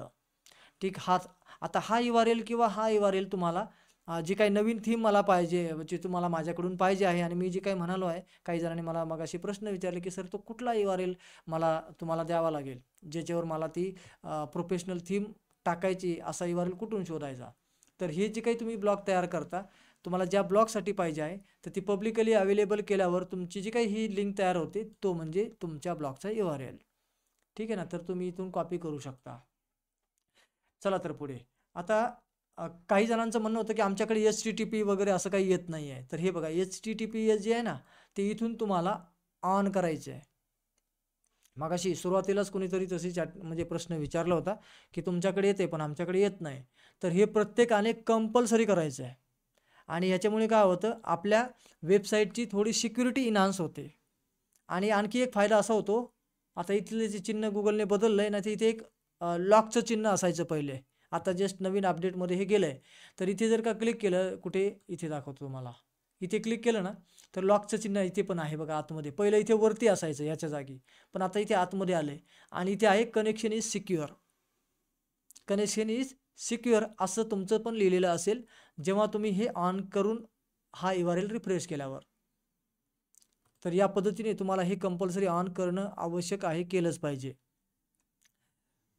ठीक, चला तर तुम्ही ते नोट डाऊन करत असाल असे मी हे करतोय, म्हणजे गृहीत धरतोय. तुम्ही तुमच्या नोट स्वतः तयार ठेवा. HTTP रिडायरेक्ट ऑन असं लिहून घ्या फक्त, बाकी काही नका करू. आणि इथे ब्लॉग ॲड्रेस, तर ब्लॉग ॲड्रेस म्हणजे आपल्या ब्लॉगला एकदम सुटेबल असा शब्द, आपल्या कॉन्टेंटला सुटेबल असा शब्द. मग ते एक शब्दातच झालं तर चांगलंच आहे, पण 2 शब्दात झालं तरी बरं आहे आणि 3 शब्दात वाईटात वाईट 3 तरी ठीक आहे. तर एवढं म्हणजे त्याची लांबी कमी असलेली चांगली असते. अशा प्रकारे आपण इथपर्यंत पोहोचलोय. आणि इथे आहे permission, blog admin and author. आता याच्यात सध्या नाही मी लगेच आज घुसत, थोडंसं आपण पुढे जाऊया ज्या अतिशय गरजेच्या आहेत त्या. इथे पोस्ट आहे, पोस्टमध्ये इथे आहे max post shown main page. तर इथे आहे 7, डिफॉल्टमध्ये 7च असते. तुम्ही याला कमी किंवा जास्त करू शकता. याने काही म्हणजे फार मोठा फरक पडत नाही, 7 असल्या काय 10 असल्या काय 15 असल्या काय, फक्त होतं काय तेवढं सांगतो. तर इथे खाली आल्यावर आपल्याला इथे बघा ही जी पोस्ट आहे, मेन पोस्ट वाचक कुठे आलेला आहे, ही वरची पोस्ट वाचायला, कारण की वरची पोस्ट वरती इथे तो नेमका आलेला आहे. आणि खाली ज्या पोस्ट असतात ना सजेस्टेडमध्ये, तर ह्या सजेस्टेडमध्ये खाली आलेल्या ज्या पोस्ट आहेत ना, त्या तिथे ठरवल्या जातात की किती खाली दाखवणार आपण. तर इथे आपण जर 7 आकडा ठेवलेला असेल डिफॉल्टवाला, तर इकडे या पोस्टच्या खालच्या सजेशन ज्या पोस्ट आहेत त्या 7 दिसतील एका खाली एक. तिथे 2 ठेवल्या तर 2च दिसतील, 3 ठेवल्या तर 3 दिसतील, 10 ठेवल्या तर 10 दिसतील. आता ते किती ठेवणं गरजेचं आहे असं काही त्याला काही म्हणजे त्याने काही फरक पडत नाही. 7 ठेवल्या, 10 ठेवल्या, 15 ठेवल्याने, पण निदान 5-7 तर असाव्यात, जेणेकरून तो खाली स्क्रोल करेल आणि आणखी बाकीच्या वाचेल त्यासाठी. आणि ह्या फुल पोस्ट दिसत नसतात खाली, फक्त एवढ्या 2 लाईनी आणि इमेज, 2 लाईन इमेज असं दिसत जाईल खाली खाली. आणि मग त्याच्यावर क्लिक केल्यावर अशा प्रकारे फुल पोस्ट वाचकाला वाचायला मिळते. ठीक, तर त्यासाठी हे 7 पोस्ट किंवा काय जे असतं ते ठरवलेलं असतं. यानंतर आहे पोस्ट टेम्पलेट ऑप्शन. याला काही सध्या करायची गरज नाही, याला ऑन ठेवायचं आहे. लेजी लोड थोडं परवा वगैरे सांगेल याचा काय प्रकार किंवा काय उपयोग होईल का. आणखी पुढे कमेंट्स आपल्याला इथे कोणाला चालू ठेवायच्यात कोणाला नाही ठेवायच्यात हे ठरू शकतो, पण माझ्या मताने याला काही छेडछाड करू नका. हे सगळं काही गुगल अकाउंट वगैरे हे सगळं असंच राहू द्या. काही याच्यात म्हणजे आपण नवीन आहोत आणि त्यांनी काही छेडछाड केल्याने फार काही फायदा पण होणार नाही, म्हणून ते तसंच राहिलेलं चांगलं आहे. याच्यानंतर आहे ईमेल्स. तर ईमेल्समध्ये काय आहे इथे पोस्ट युजिंग ईमेल वगैरे वगैरे हे पण डिफॉल्ट राहू द्या.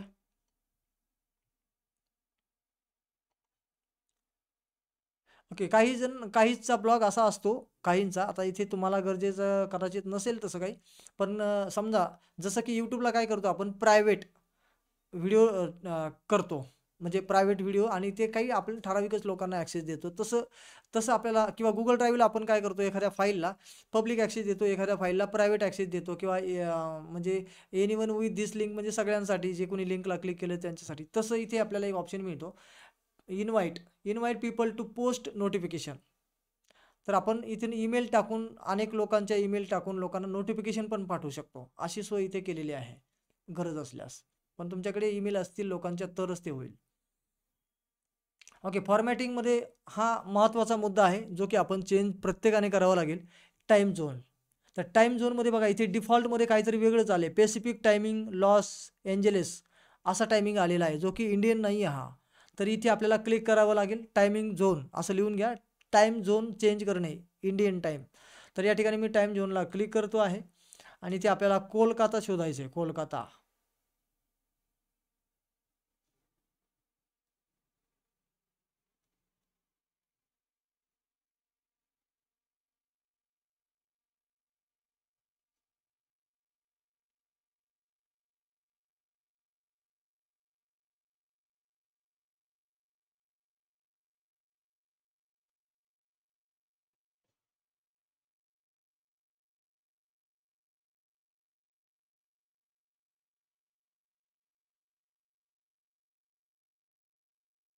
हे बघा इथे आलेले आहे.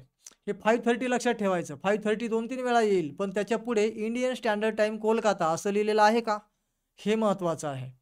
तर 5:30 तर पहिले ह्या नंबरमध्ये आपण शोधायचे. 5:30च्या पुढे इंडियन स्टँडर्ड टाईम आहे का हे बघायचं आहे.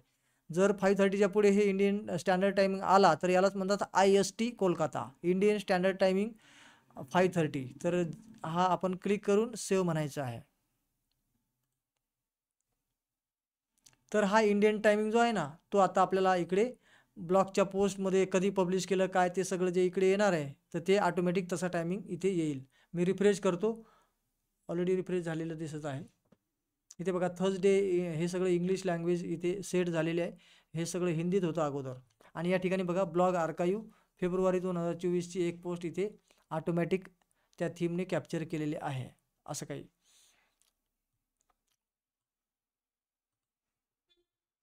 आता टायमिंग फॉर्मॅट आपण इथे टाईम झोन सिलेक्ट केला, टायमिंग स्टॅम्प ह्याच्यात सुद्धा आपण काय करूया, चेंज करूया. तर इथे मी क्लिक करतो आणि या ठिकाणी आपण फेब्रुवारी 6, 2024 असं दिलेलं आहे. त्याच्याऐवजी आपल्याला दुसरा कुठला बरा वाटतो का याच्यातला? 6 फेब्रुवारी. ओके, ठीक आहे, हाच बरा वाटतोय. कारण की याच्यात पुन्हा वार आणि एक्स्ट्रा लांब होईल ते, म्हणजे वार आणि त्याच्यानंतर तारीख वगैरे. त्यापेक्षा फेब्रुवारी 6, 2024 हेही ठीक आहे, किंवा हाही ठीक आहे, जसं आपल्याला हवा आहे. तर असू द्या हे. तर तुम्हाला याच्यापैकी जर का फॉर्मॅट चेंज करायचा असेल टाइम टॅम्पवाला, तर तो कुठे असतो? इथे असतो. हे हे पहा इथे. हे हे त्यामुळे बदलतं. तर या पद्धतीने तुम्ही टाइम स्टॅम्प आपण चेंज करू शकतो. याच्यानंतर इथे मेटा टॅग्स बद्दल आपण जरा उद्या आपण बोलूया, ह्याचं काय उपयोग होऊ शकतो का. कारण नवीनांना ह्या सेटिंग एवढ्याही सगळ्या लगेच लागू पडणार नाहीत. ज्यांना गुगल ॲडसेन्स मिळवायचं आहे आणि ज्यांना रँकिंगमध्ये जायचं आहे आणि अशा काही गोष्टी करण्यासाठी आपल्याला याची गरज पडते, तरी पण मी ह्या गोष्टी तुम्हाला सांगणार आहे की जेणेकरून तुमचा ब्लॉग रँकिंगमध्ये यावं, सर्चमध्ये यावा आणि जास्तीत जास्त लोकांना तो मिळावा. ओके, तर इनेबल सर्च डिस्क्रिप्शन, तर हे आपण डिस्क्रिप्शन वगैरे मी तुम्हाला याच्यात काय लिहायचं त्याच्या काही गोष्टी तुम्हाला उद्या वगैरे आठवण करून देईल. याच्यात अजून महत्त्वाच्या काय येतं, हे पण तसंच आहे. इंडेक्स वगैरे करणे गुगलला रँक होण्यासाठी, याही गोष्टी असतात. याला आपण SEO म्हणतो. SEO म्हणजे सर्च इंजिन ऑप्टिमायझेशन. तर ते SEO जो असतो ना ब्लॉगचा, तो व्यवस्थित इथे करण्यासाठी मी तुम्हाला काही कोड देईल. कोड द्यावे लागतात त्याच्यात आतमध्ये टाकायला. तर ते कोड टाकल्याने गुगलमध्ये त्याचं SEO ऑटोमॅटिक होत असतो. तर तो देईल मी तुम्हाला याचे एखादा कोड टाकायला. ओके, तर अजून मॉनिटायझेशन वगैरे हे तर सध्या आताच काही कामाचं नाही आहे. जेव्हा आपली पोस्ट चांगल्या रँक व्हायला लागतील आणि व्ह्यूवर्स यायला लागतील, तिथून पुढे मग आपल्याला याच्यावर ॲड जर पाहिजे असतील, तर मग हे इनेबल वगैरे करण्याची गोष्ट येते. सध्या आपल्याला करता नाही येणार, कारण की आपल्याला गुगल तो अप्रूव्ह करणार नाही. पोस्टच आपली आत्ता तयार व्हायला लागल्यात. ओके, तर बाकी काय आहे याच्यात अजून? ओके, बाकी नाही काही. ठीक, तर या पद्धतीने आपण सेटिंग महत्त्वाच्या याच्यातल्या बघितल्या आणि सेटिंग कशा नेमकं करायच्या त्या गोष्टी आपण समजून घेतलेल्या आहेत. तुम्ही कदाचित त्या छोट्या छोट्या एकेका वाक्यामध्ये नोट्स म्हणून लिहूनही घेतल्या असतील की कुठं काय करायचं. आणि अशा प्रकारे आपण आता सेटिंग बघितल्या. आता पुढे आता किती वाजले, तर 9:39. ओके, पुढचा अजून काही महत्त्वाचा भाग राहिलेला, महत्त्वाचा म्हणजे बराच आहे. आपण सुरुवात करूया, ठीक आहे. तर इथे मी लेआउटला क्लिक करतो. पहा, लेआउट, सॉरी, थीमला क्लिक करतो. आता पोस्ट एक टाकलेली आपण आणि थीमला थोडं बदलल्याने काय फायदा होतो किंवा कसं दिसतं. आता हे बघा, या थीमचे जे काही स्ट्रक्चर आहे ना, हे ऑलरेडी गुगलने ठरवलेलं असतं. आपण त्याच्यात फार काही एडिटिंग करू शकत नाही. थोड्या बहुत गोष्टी आपण चेंज करतो, पण फार काही नाही करत. तर या ठिकाणी आता इथे पहा काय ह्याचं स्ट्रक्चर कसं आहे. इकडे असं काहीतरी सर्च बार आहे, ते मोरचं बटन आहे, ते ईमेल ID आपला आलेला आहे, न्यू पोस्ट आहे, डिझाईन आहे आणि अशी एक बॅकग्राऊंडला पुस्तकाची इमेज वगैरे आहे. आणि आणखी काय आहे? ओके, फार काही नाही. आता आपण ह्याला इथे गेलो आणि दुसरी थीम आपल्याला पाहिजे. थीम जशी मी तुम्हाला एक डिझाईन देणार आहे ना, तसेच प्रकारचे ह्या डिझाईन आहेत. फक्त ह्या जरा तेवढ्या पाहिजे तितक्या अट्रॅक्टिव्ह नाही आहेत, बस फरक हाच आहे. पण ह्याला थीम म्हणतात. इथे थीम्स असं लिहिलेलं आहे. थीममध्ये आपण आलोय आणि जस्ट आपण एक थीम चेंज करून पाहूया, म्हणजे तुम्हाला कळेल की थीम बदलल्यानं काय वेगळेपण येतं त्याच्यात. समजा एक जरा वेगळीवाली घेऊया आपण. ही घेतो. ह्याला मी क्लिक करतो आणि ॲप्लाय करतो आणि डाउनलोड थीम.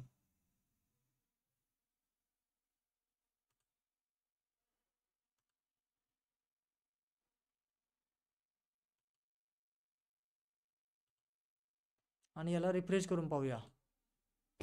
हे पहा काय झालं, याचं पूर्ण अवतारच बदलला.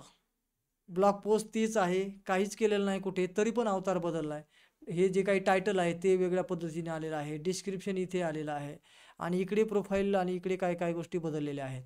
तेच आता आपण थोडंसं आणखी एक वेगळी थीम वापरून पाहूया. समजा ही वाली.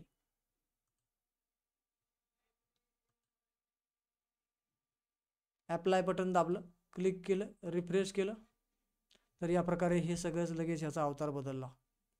अशा पद्धतीने जेव्हा तुम्ही माझ्याकडून ॲडव्हान्स थीम घेणार आहात तेव्हाही असंच होणार आहे.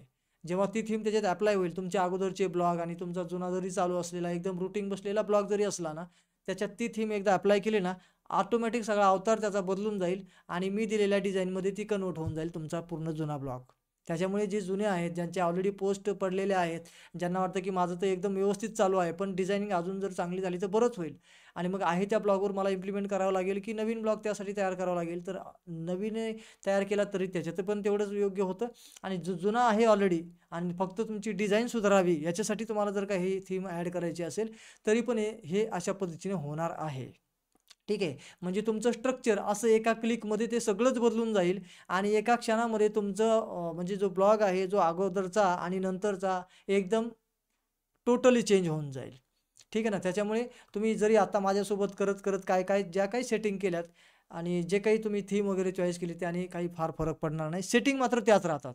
ह्या ज्या बॅकएंडला जे आपण सेटिंग केलं ना, सेटिंगच्या मेनूमध्ये जाऊन त्या बदलत नसतात. फक्त जे ब्लॉगचं जे काही थीम आहे, जी डिझाइन आहे ती बदलते. त्याच्यामुळे सेटिंगलाही कुठे धक्का लागत नाही. फक्त त्याचं जे काही व्ह्यू आहे लोकांना दिसणारा, त्याचा पूर्ण अवतार चेंज होऊन जातो. त्याच्यामुळे तुम्ही ऑलरेडी जुन्या ब्लॉगवरती सुद्धा ती नवीन डिझाइन थीम वापरू शकता. ठीक. तर आपण पुन्हा पहिल्यासारखी ती थीम कुठली होती जी बरी वाटली होती, ती आपण पुन्हा घेऊया. पुस्तकाच्या फोटोवाली ही होती. हिला मी क्लिक करून पुन्हा अप्लाय करतो.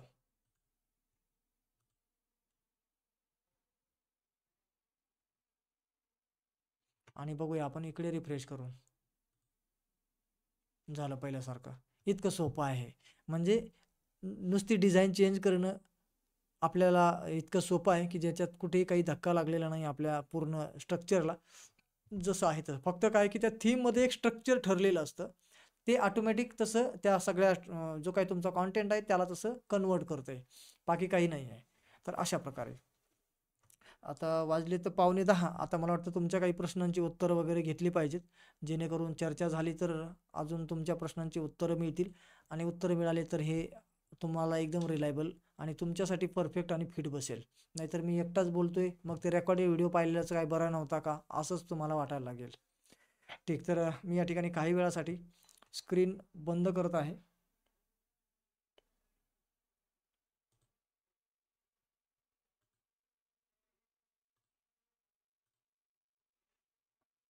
ओके. तर आता तुम्ही प्रश्न विचारू शकता. त्यासाठी मी तुम्हाला माईकसुद्धा इनेबल करतो.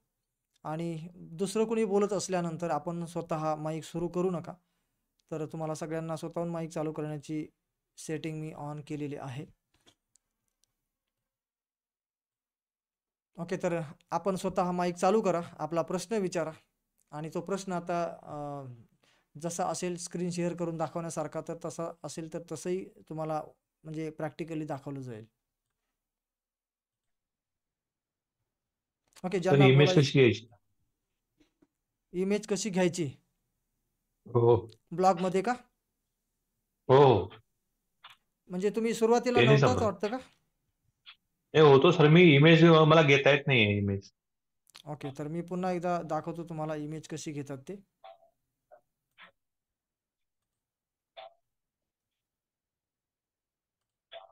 माझी स्क्रीन दिसते का तुम्हाला?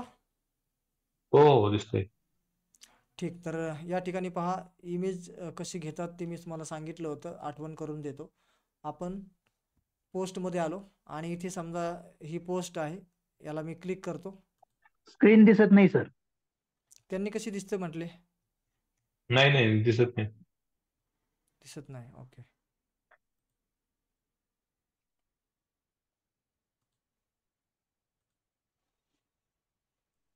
ओके, आता दिसते सर. ठीक. तर या ठिकाणी बघा ब्लॉग आपण जेव्हा लिहितो तेव्हा आपण इमेज इथे ॲड करतो ते कसं? तर इथे आपण क्लिक करायचं आहे. कर्सर इथे चमकला पाहिजे. जिथे जिथे आपल्याला समजा टेक्स्ट टाईप करता येतो तशा पद्धतीने इमेजला इथे क्लिक करायचं आहे आणि या ठिकाणी अपलोड फ्रॉम कॉम्प्युटर इथे क्लिक केलं की कॉम्प्युटरमधल्या ज्या फोल्डरमध्ये तुमची इमेज आहे तिथे क्लिक करा आणि ती इमेज इथे येईल. उदाहरणार्थ तुम्हाला क्लिक करून एकदा दाखवतो, जे की ऑलरेडी आपण सांगितलं होतं, पण एकदा तुमच्यासाठी. इथे मी चूज फाईलला क्लिक केलं आणि समजा एक इमेज मी याच्यातली घेतो. समजा ही आणि ओपन.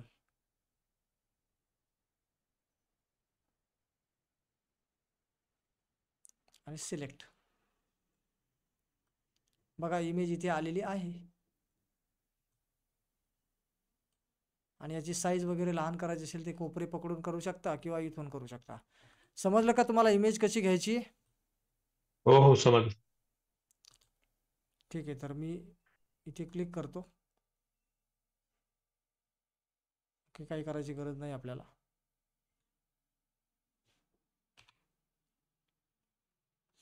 आणखी प्रश्न पुढचा विचारू शकता ज्यांना माहिती अजून पाहिजे किंवा काही प्रश्न असेल तर.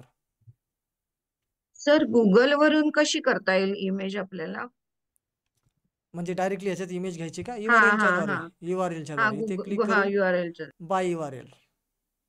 पण शक्यतो गुगलच्या इमेज घेऊ नका, त्या कॉपीराईट असतात त्याला, त्याच्यामुळे तसे इमेज घेऊ नका.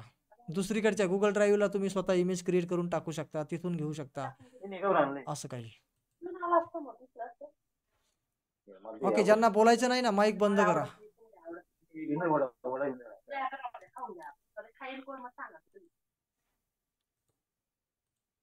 ओके, बाकीचे ज्यांना चालू करायचं आहे माईक स्वतःहून चालू करा, बोलून झाल्यावर बंद करा. मेनू दिसत नाहीये. ते आता दाखवलंय ना तुम्ही ते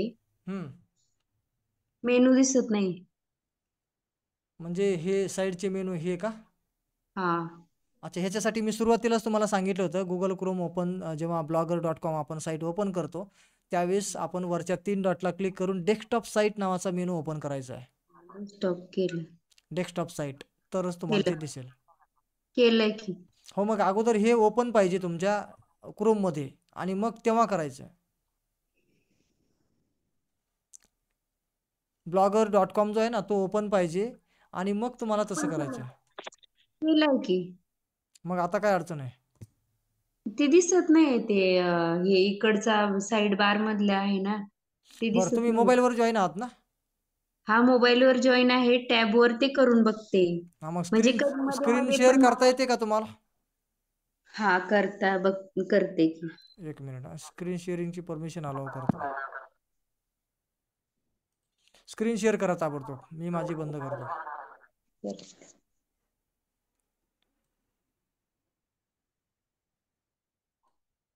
ओके, बाकीच्यांनी काही प्रश्न असतील तोपर्यंत विचारा, स्क्रीन त्यांची येईपर्यंत. सर नमस्कार. बोला सर. सर मी आपल्याला व्हॉट्सअपला एक ब्लॉग टाकलेला आहे, तर त्याची डिझाईन नेमकी ती तयार केलेली आहे का त्यांनी विकत घेतलेली? एक बघावं लागेल. सॅम्पल ब्लॉग टाकला तुम्हाला मी. वैयक्तिक व्हॉट्सअपला टाकलाय का? हो, 8888 नंबरच्या त्याला.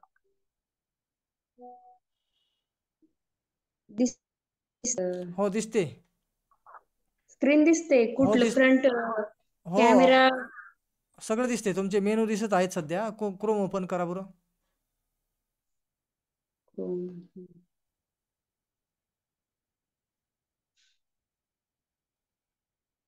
याच्यात की म्हणजे ह्याच्यात करावं लागेल ना? Google Chrome. ओके, चला तर इथे blogger.com टाईप करा सर्च बारमध्ये.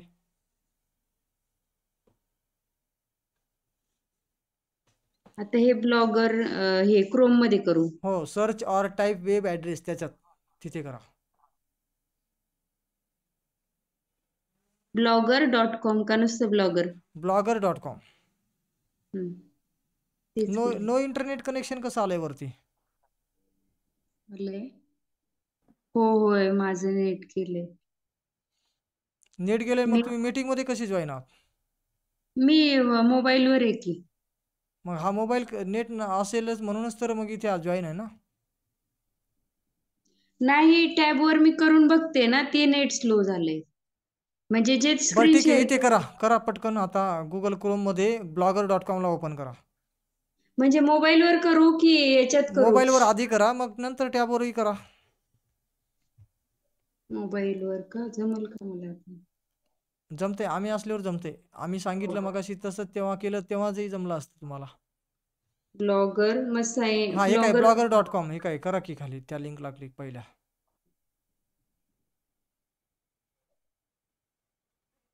आता हे साईडचे मेनू बघा, त्या वरच्या लिंक आडव्या 3 रेषांना क्लिक करा बरं. हा, दिसले. आता कसं काय दिसले?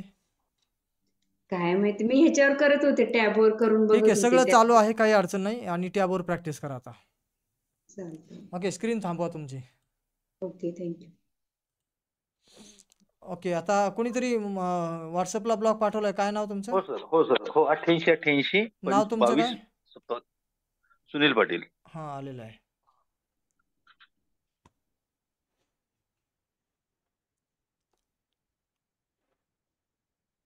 हा, ही विकत घेतलेलीच थीम असेल. वर तर त्यांचा ऍड्रेस पाहिल्यानंतर आपल्याला तर सर ते ऍड्रेस होऊन असं लक्षात येतं की त्यांनी तयार केलेली थीम. ॲड्रेस म्हणजे काय, blogspot.com बघितल्यामुळे का? हो मग आपण जे थीम देणार आहोत ती तर blogspot.com वरच असणार आहे ना. हो हो हो हो हो. मग त्याच्यामुळे काय फरक पडतोय ॲड्रेसमुळे? नाही का? त्याने काय नाही फरक पडत. अच्छा ठीक आहे. ठीक आहे, चला सर तर पुढचा प्रश्न कोणाला असेल तर आपण माईक हे सुरू आपल्या करा. हे आपल्या सर आपल्या याच्यात आपल्या ब्लॉग मध्ये असं करता येणार नाही का सर आपल्याला? नाही, थीम वेगवेगळ्या असतात ना. मी अच्छा जी सर दिली ती फेविकॉनच्या संदर्भात हां. बरं का, हो.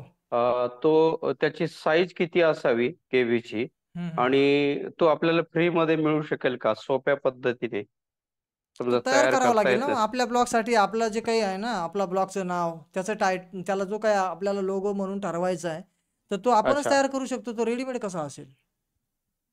तर तो तयार करायची एखाद्या ऍप वगैरे असेल ना ॲपची लिंक प्रॉपर? आपण तुम्हाला याच्यात दिलेली आहे. म्हणजे जो पिक्सल लॅब नावाचा एक व्हिडिओ दिलेला आहे मी. तो ग्राफिक अच्छा डिझायनिंगसाठी तुम्ही त्याचा जर का व्हिडिओ बघितला आणि थोडा सराव केला, तर त्या ॲपमध्ये तुम्हाला पाहिजे तशा डिझाईन तयार करता येतील. हा, कोणती लिंक आहे? Pixel? Pixel lab. Okay. Hello. हां, बोला. हा सर, मी काय म्हटलं तर थीम मध्ये परत नाही का लेआउट ऍडव्हान्स वगैरे असं काहीतरी म्हणजे वेगवेगळ्या हे आहेत सर ते हो, आहेत आपण ना जे मग. आहेत ना. हो, तर ते उद्याला होतील का सर मग? हो, आहेत ना. करायचे ना. आता उद्या ते थीमच्या आतमध्ये आपल्याला लेआउटच्या आतमध्ये सगळंच काही करायचं आहे. तर लेआउटमध्ये आपण आज काहीच केलेलं नाही. हो हो, लेआउट आहे, थीम आहे, पेज आहे ते त्याच्यामध्ये. तर थीम तर झालं आज आपलं कव्हर, आणि सेटिंग झालेलं आहे. लेआउट राहिलेलं आहे, आणि लेआउट आणि पेजेस हो हो हो. या 2 गोष्टी राहिल्यात. कारण ते हॅलो सर. थांबा. पहिल्यांचं होऊ द्या. बोला. त्याच्यामधलं ते सगळं सर आपण वर जे लिहितो ना, ज्याच्यावर आपण क्लिक करतो तर मग ते ओपन होते वेबसाईट वगैरे नाही का, हो. तर ते पण सांगाल सर? म्हणजे पेजेस ना? हो, म्हणजे आपण जसं आपलं नाव वगैरे असतं ना, त्याच्या खाली मग नाही का आपल्याला जसे एमपीएससीचे युपीएससीचे जे आपण टाकतो त्यांच्या वेबसाईट वगैरे, हं. तर ते कसं घ्यायचे ते पण सांगाल सर आम्हाला थोडंसं. चालेल. ते सगळं इथे आता डिझायनिंगमध्ये कळून जाईल तुम्हाला. हो. आणि ठीक आहे. सर तुम्ही जे जे म्हणजे सांगितलं ना ते 600 रुपयामध्ये नाही का, ते हं. करायचं आपल्याला. ठीक आहे. त्याची तर लिंक ऑलरेडी मी ग्रुपमध्ये दिलेली आहे. ज्यांना वाटतंय की मला ती पाहिजे आहे हो डिझाइन, तर तुम्ही त्याच्यात म्हणजे फॉर्म भरा, आणि त्या URL जो आहे ना मी सांगितल्याप्रमाणे हा तुमच्या ब्लॉगचा, तर तो हो त्या URL सोबत तुमचं लायसन्स जोडलं जाणार आहे, आणि तो URL तुम्हाला फॉर्ममध्ये व्यवस्थित कॉपी करून टाकायचा आहे. हो, ठीक आहे ना सर, ठीक आहे. हॅलो. हां, बोला. Hello sir. बोला. बडे सर नमस्कार. नमस्कार, बोला. हा सर, म्हटलं ते आपण घाईगडबडीत ऍड्रेस दिलेला आहे, तो परत चेंज कसा करायचा ते काही समजलं नाही. काय दिलेलं? ऍड्रेस वर नाही का नाव देतो आपण, कशा संदर्भात ब्लॉग आहे आपला. हे तुम्हाला म्हणायचं आहे का, हे ट्रेनिंग डेमो असं, ही जागा म्हणायची आहे का हे वरचं? हो हो, बरोबर आहे. कुठलं पण? हे खालचं ट्रेनिंग डेमो की हे आपण वरचा? ब्लॉगला टायटल देतो ना. म्हणजे हे कशा टायटल संदर्भात? आहे, हे टायटल आहे, आणि इथे डिस्क्रिप्शन येणार पहा. ऍड्रेस डिस्क्रिप्शन मध्ये काय लिहायचं सर? ऍड्रेस मध्ये काय ऍड्रेस लिहायचं? ॲड्रेसमध्ये हे तुम्ही तुमचं नाव इथे एवढं ठरवू शकता. हे .comच्या ब्लॉगस्पॉटच्या अगोदरचं एवढं काही पण ठरवा, जे तुम्हाला नाही सुटेबल नाही, वाटेल. त्याच्यानंतर सर समजा आपण एका शैक्षणिक ब्लॉग लिहिला तर ते नाव समजा आपल्याला बदलायचं असेल तर कसं बदलायचं ते? एक मिनिट, पुन्हा एकदा दाखवतो. मला काय म्हणायचं मलाही नाही कळलं, पण इथे मी सांगितलं होतं तुम्हाला. हे बघा, टायटल, हे ब्लॉगचं टायटल. तुम्हाला ब्लॉगला काय नाव द्यायचं, हे जे टायटल आहे ना, ते इथे एक दिसत असतं वरती, आणि त्याच्या सर आतमध्ये स्क्रीन दिसत नाही सर, तुमची स्क्रीन नाही दिसत. स्क्रीन दिसत नाही. एक मिनिट.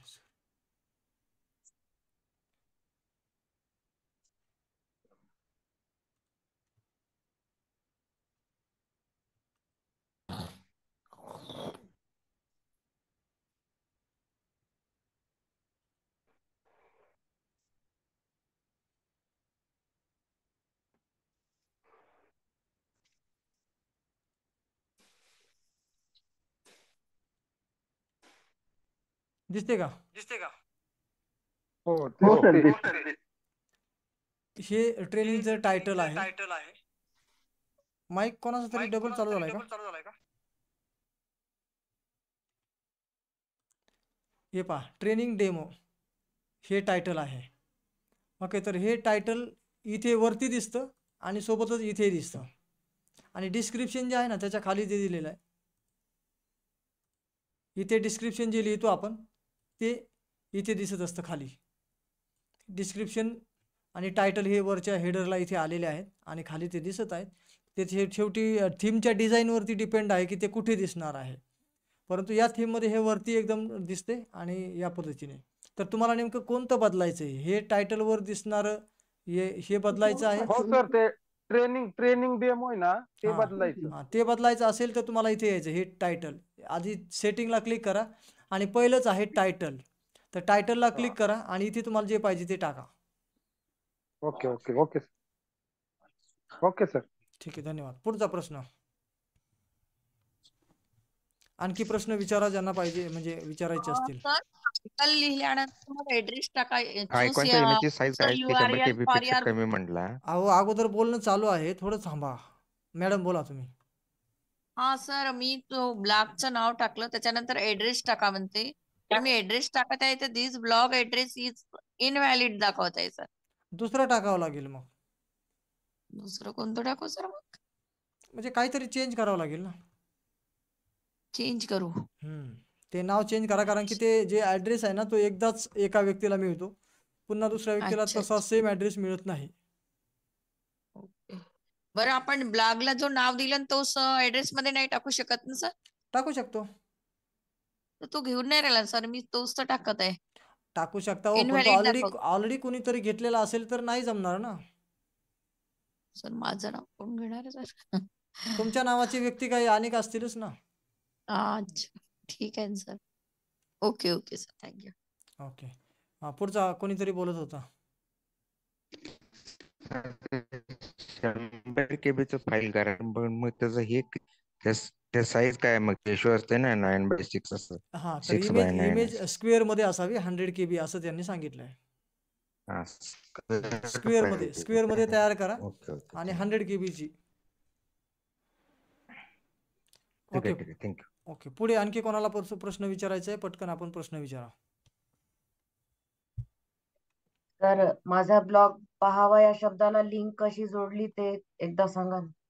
ओके, पहावा. ओके, तर बघा, पोस्टमध्ये आपण यायचं आहे आणि पोस्टला पुन्हा मी क्लिक करतो. त्याला एडिट करायला आपण लिंक कशी जोडली. आता कुठल्याही शब्दाला जोडू शकता आणि उदाहरण म्हणून मी हे घेतलं होतं, पण आपण दुसरं घेऊया काहीतरी. आपण घेऊया नोकरी. ठीक आहे, नोकरीला मी क्लिक केलं आणि इथे जायचं लिंकला आणि याच्यामध्ये तुम्हाला पाहिजे ती लिंक टाकायची आणि अप्लाय म्हणायचं. बस एवढं केलं की झालं काम. समजलं का मॅडम? हो सर. तेवढंच केलं की होऊन जातं आणि मग पब्लिश किंवा अपडेट करायचं याला. तर तिथे मग आपण YouTube किंवा Instagram किंवा मग ब्लॉगची अशी कोणती पण लिंक चालते? कोणतीही, जिला हे असतं ना शेवटी इथे HTTP आणि .com किंवा जे काय असेल त्याचं डोमेन, तर त्या पद्धतीने जी HTTP वाली असते ते कुठलीही लिंक चालते. मग ती YouTube, Instagram, कुठल्याही सोशल मीडिया किंवा कुठल्याही वेबसाईटच्या लिंक चालतात. गुगल फॉर्म पण चालतो, सगळं चालतं. ओके, फक्त लिंक पाहिजे. हॅलो, हां बोला. गांगले सर बोलतो. बोला. सर मी एक रात्री बघितलं करून, पण ते माझं नाव मी स्क्रीन शेअर करून एकदा दाखवू का? अडचण सांगा. हा ना, मग ते काय प्रॉब्लेम व्हायला माझा, तर ते एका डाव्या साईडला आपण बघतो ना आणि ब्लॉकचं चिन्ह आहे, त्याच्या खाली मी काय हेडिंग दिली ती माझी शाळा सुंदर शाळा. तर ते बदलायचं म्हणल्यावर काय करावं लागणार? त्याचं नाव वेगळंच यायला लागलंय तसं. त्याच्यामुळे म्हणतोय मी थोडी स्क्रीन शेअर केल्यावर मग तुम्हाला लक्षात येईल. माझी स्क्रीन बंद करतो आणि तुम्ही तुमची स्क्रीन शेअर करा. ओके, बाकीच्यांनी प्रश्न तयार ठेवा, कारण की तुम्ही जेवढे लवकर प्रश्न विचाराल तेवढे जास्त प्रश्न कव्हर होतील. मला वाट पाहावी लागते प्रश्न तुमची येण्याची. सर एकदा थांबा एवढं होऊ द्या, पहिला चालूवाला होऊ द्या. हा बोला.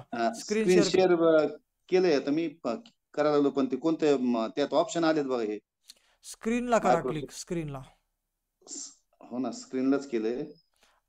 शेअरच्या बटनला क्लिक करून त्याच्या आतमध्ये जेवढे ऑप्शन आहेत त्यापैकी एक आहे स्क्रीन. हा, स्क्रीन, राईट. त्याच्यावर करा. त्याच्या पुढे काय येतं ते पण सांगा जर जमत नसेल तर. आली बघा, स्क्रीन आलेली आहे. हा, आता इथं कॉर्नरला माझी शाळा सुंदर शाळा आली. मग इथं माझं नाव यायला पाहिजे ना, का तसं काही नाही? नाही नाही, इथे तुम्ही जे ब्लॉगला टायटल देता तेच येतं ना इथे. मग प्रत्येक वेळेस आता नवीन आलं तर नवीन ह्याच्यात, पण मला ह्याच्यामध्ये एंटर करायचं, मला माझी शाळा सुंदर शाळामध्ये मला काही माझी उद्या माहिती भरायची मला शाळेच्या बद्दलच. तर मग मी एंटर कसं करणार मी तिला? इथे बघा, माझी शाळेच्या समोर जो इथे, तर इथे एकच ब्लॉग आहे, त्यामुळे तुम्हाला ह्याच्यात जायची वारंवार गरजच नाही, कारण की ब्लॉगच एक आहे. जर न्यू ब्लॉग तुम्ही ह्याच्यात क्रिएट केला तर मात्र तुम्हाला वरती लक्ष द्यावं लागेल की माझी शाळा सुंदर शाळा हा ब्लॉग आहे किंवा अजून दुसरा सेकंड कुठला तयार केला तो आहे, तो तिथे सिलेक्ट करा अगोदर, आणि नंतर खालचे जे काही सेटिंग किंवा जे काही पेजेस किंवा जे काही तुम्हाला करायचे ते करा. नाही, माझी शाळा सुंदर शाळा ह्याला क्लिक करून. नाही नाही, आता कशाला क्लिक करता? एकच ब्लॉगच एक आहे, त्यामुळे खाली जे मेनू आहे ते त्याच्यासाठीच आहेत. आता क्लिक तिथे करायची गरजच नाही आपल्याला. न्यू पोस्टला क्लिक करा आणि डायरेक्ट पोस्ट तयार करून तिथे जर का तुम्ही केली अपलोड तर होऊन जाते सगळं काम. इथे तुम्ही पोस्ट तयार करायची. मग इथं टायटल मध्येच आपण दुसरं वेगळं टाकायचं. पोस्टचं नाव द्यायचं. हे ब्लॉगचं नाव एकदाच असतंय, प्रत्येक पोस्टला नाव वेगळं असतं ना. ब्लॉग एकच आहे तर एकच नाव राहणार. टायटल आता टायटल मध्येच हे करणार. हो, तर टायटल पोस्टला म्हणजे तुमचा जो ब्लॉग आहे त्याचं काय हेडलाईन असायला पाहिजे. जसे तुम्ही न्यूजपेपरवरती न्यूज वाचतात तर प्रत्येक न्यूजच्या हेडलाईन वेगळ्या असतात ना. एका पेजवर जरी त्या 2 न्यूज असल्या, 4 न्यूज असल्या, 10 न्यूज असल्या, तर प्रत्येक न्यूजला काही ना काही हेडलाईन वेगळी दिलेली असते. पण पेपरचं वरचं नाव तर तेच असतं ना. लोकमत म्हणजे लोकमतच राहणार, पण खाली प्रत्येक न्यूजला मात्र वेगवेगळे टायटल असतात. तसंच ब्लॉगचं टायटल म्हणजे न्यूजचं टायटल. चालतं, ठीक आहे. ठीक आहे. आणि तुमचं पेपर म्हणजे जसं लोकमत तसा तुमचा हा माझी शाळा हा ब्लॉग. ठीक आहे. ओके, बंद करा. हा सर. हा बोला. हा, सावळे सर बोलतो. बोला सर. सर, पेपरचा लेख आपण जर या ब्लॉग मध्ये टाकला चालतो का? सगळंच चालतं चालायला गेल्यावर. तुमच्याकडून डबल आवाज येतोय. 2 डिव्हाइस सुरू केलेत का? नाही नाही नाही, कोणाकडून येतोय? माझं सिंगलच आहे मोबाईल. ठीक आहे, बाकीच्यांचे माईक बंद करतो.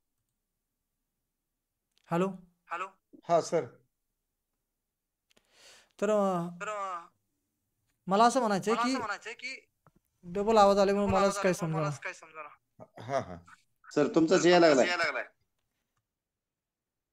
ओके, माझा डिव्हाइस तर बंद आहे. थांबा.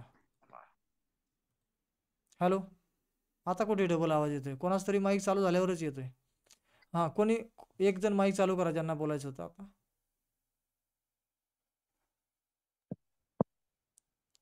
बोला सर. हॅलो, आता कोणी जे बोलत होते माईक सुरू करा.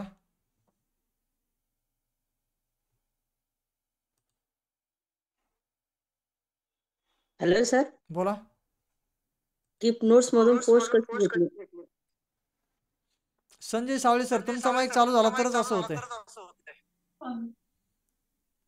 ओके, बोला मॅडम. मी म्हणत आहे कीप नोट्स मधून पोस्ट कसे घेतले? अच्छा, कीप नोट्स मधून. हे बघा, स्क्रीन तुम्हाला दिसते का?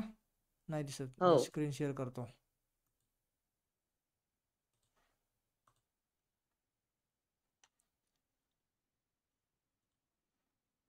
इथे बघा, कीप नोट्स, आणि इथे आपण हा जो काही ब्लॉग लिहिला होता तो केला कॉपी. त्यातला काही भाग केला मी. ह्याला कॉपी करायचं, ब्लॉगमध्ये यायचंय, पोस्टमध्ये जायचंय, जिथे आपण लिखाण लिहिणार आहोत तिथे खाली सगळ्यात जा, आणि इथे समजा मी इंटर मारला, एकदम खाली लिहायचं आपल्याला. इथे पेस्ट म्हणूया. हे पहा, झालं. एवढं मोठं सगळं आलं. पण हे फॉर्मॅटिंग ऑटोमॅटिक येते. ते ब्लॅकवाला मागचा कलर, तर तो काढण्यासाठी पूर्ण याला सिलेक्ट करून घ्या. इथे या 3 डॉट म्हणजे मोर ऑप्शनला जा, आणि इथे हा टी जो ऑप्शन आहे ना ह्याला क्लिक करा. ऑटोमॅटिकच त्याचा जो बॅकग्राऊंड आहे तो काढून घेतला जातो किंवा निघून जातो, आणि शुद्ध अक्षर आपल्याला मिळतात. जमलं ना? म्हणजे मी कशी करायची सर? पीडीएफ करून लिंक तयार, लिंक करून नंतर ते लिंक पेज करायची, म्हणजे प्रोसेस लांब वाटत होती मला. नाही, ती ब्लॉग त्याच्यासाठी नाहीच आहे ना. ब्लॉग मध्ये आपलं लिखाण स्वतः इथे टाकायचे, आणि काही अति महत्वाच्या गोष्टी असतील तर तुम्ही पीडीएफ स्वरूपात देऊ शकता. असं नाही की पीडीएफ टाकूच नका. नाही हे सोपं आहे ना तुमचं एकदम, म्हणजे डायरेक्ट पोस्ट टाकता येते. डायरेक्टच असते याच्यात, पण पोस्ट PDF पण कधी कधी रेफरसाठी दिली जाते. ती तशी तुम्ही लिंक हा जोडू शकता. जसे मी मगाशी लिंक दाखवली ना जोडून, तशी तुम्ही हा PDFची लिंक गुगल ड्राईव्हची अशी माझा ब्लॉगच्या ठिकाणी एक्स्ट्राची माहिती PDF मध्ये असेल तर तुम्ही PDFची लिंक इथे जोडू शकता. म्हणजे पहिले PDF करा, नंतर PDF ची लिंक करा, आणि लिंक नंतर पेस्ट करा. अहो तसं प्रत्येकच वेळेला PDFची गरज नाहीच आहे. पूर्ण आता हा हा मी बरोबर ब्लॉग आहे. लिहिलेला आहे, पण मला वाटतं की बा या ब्लॉगच्या व्यतिरिक्त माझ्याकडे या ब्लॉगच्या विशिष्ट एका टॉपिकवर माहिती आहे जी की PDF मध्ये उपलब्ध आहे, तर ती तुम्ही लिंक देऊ शकता. जसे बाकीचे इतर लोक काय करतात, GR बद्दल GR आलेले असतात गव्हर्नमेंटचे हा GR आपल्या गुगल ड्राईव्हला टाकतात, त्याची लिंक काढतात आणि आपल्या स्वतःच्या ज्या ब्लॉग्स आहेत त्या ब्लॉगमध्ये काहीतरी थोडीफार माहिती लिहितात आणि मध्येच कुठेतरी एखाद्या शब्दाला किंवा एखाद्या टायटलला किंवा कुठल्या तरी एखाद्या ओळीमध्ये ते इन्सर्ट करून देतात. जर तुम्हाला अधिक माहिती GR बद्दल पूर्ण डिटेल माहिती हवी असेल तर इथे क्लिक करा. मग तिथे क्लिक केलं काय होतं, ती म्हणजे जी काही गव्हर्नमेंटची GR आहे ती पूर्ण PDF मध्ये आपल्याला दिसते. बरोबर. नाही ही म्हणजे ही पद्धत सोपी वाटली पोस्ट करून डायरेक्ट. हो, याच पद्धतीने करा तुम्ही. हा ठीक आहे सर. ओके, धन्यवाद. ओके, आणखी पुढचा प्रश्न विचारा ज्यांना कोणाला प्रश्न आहेत. सर माझा ऍड्रेसच येत नाहीये, तो कोणताही मी ऍड्रेस टाकला की तो इनव्हॅलिडच दाखवत आहे. ओके, तुमची स्क्रीन शेअर करा एकदा, काय घोटाळा आहे ते कळेल. Okay sir. स्क्रीन शेअर करता येते का? मी लॅपटॉप वरून नाही येत सर, मला मोबाईलला करता येते, लॅपटॉपला नाही करता. काय अडचण नाही आहे लॅपटॉपला, पण स्क्रीनला शेअरचं जे बटन आहे तसंच मोबाईलला जसं असं तसंच आहे डेस्कटॉपवर. ओके, तोपर्यंत मी पुढचा प्रश्न घेतो. ओके सर नमस्कार. बोला. हॅलो. विषय असा होता की आपण बरीचशी मेहनत घेऊन 40-50 ओळी किंवा 100-150 ओळी टाईप करतो आणि आपल्या ब्लॉगला पोस्ट करतो. मग काही बहादर असे असतात की ते आपल्या ज्या ओळी आहेत त्या सर्व कॉपी करतात आणि त्यांच्या ब्लॉगला सुद्धा तिकडे पेस्ट करतात, त्यामध्ये थोडाफार बदल करून. मग हे जर रोखायचं असेल तर कसं रोखता येईल? ते ब्लॉगरवर रोखता येते का ते जरा मी उद्या चेक करतो. आणि तसं तर बाकीच्या इतर प्लॅटफॉर्मवरती रोखता येतं, पण ब्लॉगरने तशी सुविधा दिली का ते जरा उद्या मला तपासावं लागेल. बरोबर, चालेल. Okay, hello sir. हां बोला. हा सर, आपण एकदा जे ब्लॉगला जे नाव दिलेलं असतं ते नाव चेंज करता येतं का सर? हो, येतं करता. पुन्हा तुम्ही टायटलमध्ये जा, पुन्हा चेंज करा, त्याने काही फरक नाही, पडत टायटल नाही म्हणत सर मी. मग URL पूर्ण हा URL. URL चेंज करायला तुम्हाला मोठं मुश्किल होईल. कारण काय की तुम्ही जितकी मेहनत समजा 6 महिने केली आणि तुम्ही नंतर URL बदलला, तर ते 6 महिने ज्या लोकांकडे ती URL पोहोचली आहे किंवा ज्यांना माहीत झालं की बा असं टाईप केलं म्हणजे तुमचा ब्लॉग मिळतो, तर ते लोक तुमच्यापासून तुटले जातील आणि पुन्हा नव्याने तुम्हाला जोडायला तेवढीच मेहनत करावी लागेल. कारण की ॲड्रेस एकदा बदलला तर तो पूर्ण इंटरनेटवरून निघून जातो किंवा तो बदलला जाईल, ते त्याच्यावर काही सापडणारच नाही त्या ॲड्रेसवर. हा, दुसरा एक प्रश्न असा होता सर, जर आपण आता हे डेमो ब्लॉग तयार करतोय, आता हा आपल्याला नकोय समजा, तर तो डिलीट कसा करायचा? हा, डिलीटही येतो करता, पण उद्या सांगेल. किंवा मग दुसरा नवीन तर तुम्ही ऍड करू शकता, त्याच्यामुळे काही फरक नाही पडत नाही डिलीट केल्याने, पण करायचं म्हटलं तरी करता येतो. चालेल सर, ठीक. सर मोबाईल मध्ये गॅलरीतले इमेज घेता येतात का? मोबाईल मध्ये घेता येतात की. आपण जशा घेतल्या त्या गुगलच्या तशा ना? हो, सेम. Okay sir. ओके, आणखी प्रश्न पुढचा. मॅडम तुम्ही स्क्रीन शेअर नाही केली, आम्ही पुढचे प्रश्न घेतोय. तुम्ही स्क्रीन शेअर करा, तुमचा घेऊ. सर. हा बोला. हा, सावळे सर बोलतो. बोला सर, तुमचा माईक चालू झाला की डबल येतो आवाज बघा. सर मला इथून बोला तरी पण आता टोबॅको मिशनवर मी स्वतः लेख लिहिलेला आहे आणि तो जर आपण ब्लॉग मध्ये टाकला तर चालेल? चालेल ना. हा. मी आज 2 पोस्ट टाकल्या त्यामध्ये ब्लॉगवर. काही अडचण नाही. 26 जानेवारीला अडचण सांगा सध्या, कारण की सगळे तुमच्या मागे पण काही वेटिंगला असतील. प्रॉब्लेम विचारा आपले. हा, ठीक. जर काही गप्पा मारायचे असतील तर मला फोन करा उद्या. बरं. ओके, प्रश्न आणखी कोणाला असतील तर विचारा.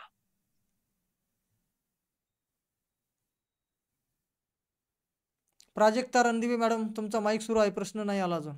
आणि ज्यांनाही प्रश्न विचारायचे पटापट विचारा, जास्त प्रश्न कव्हर होतील. तर मला यात लॅपटॉपवरून शेअर नाही करता येत आहे मला स्क्रीन.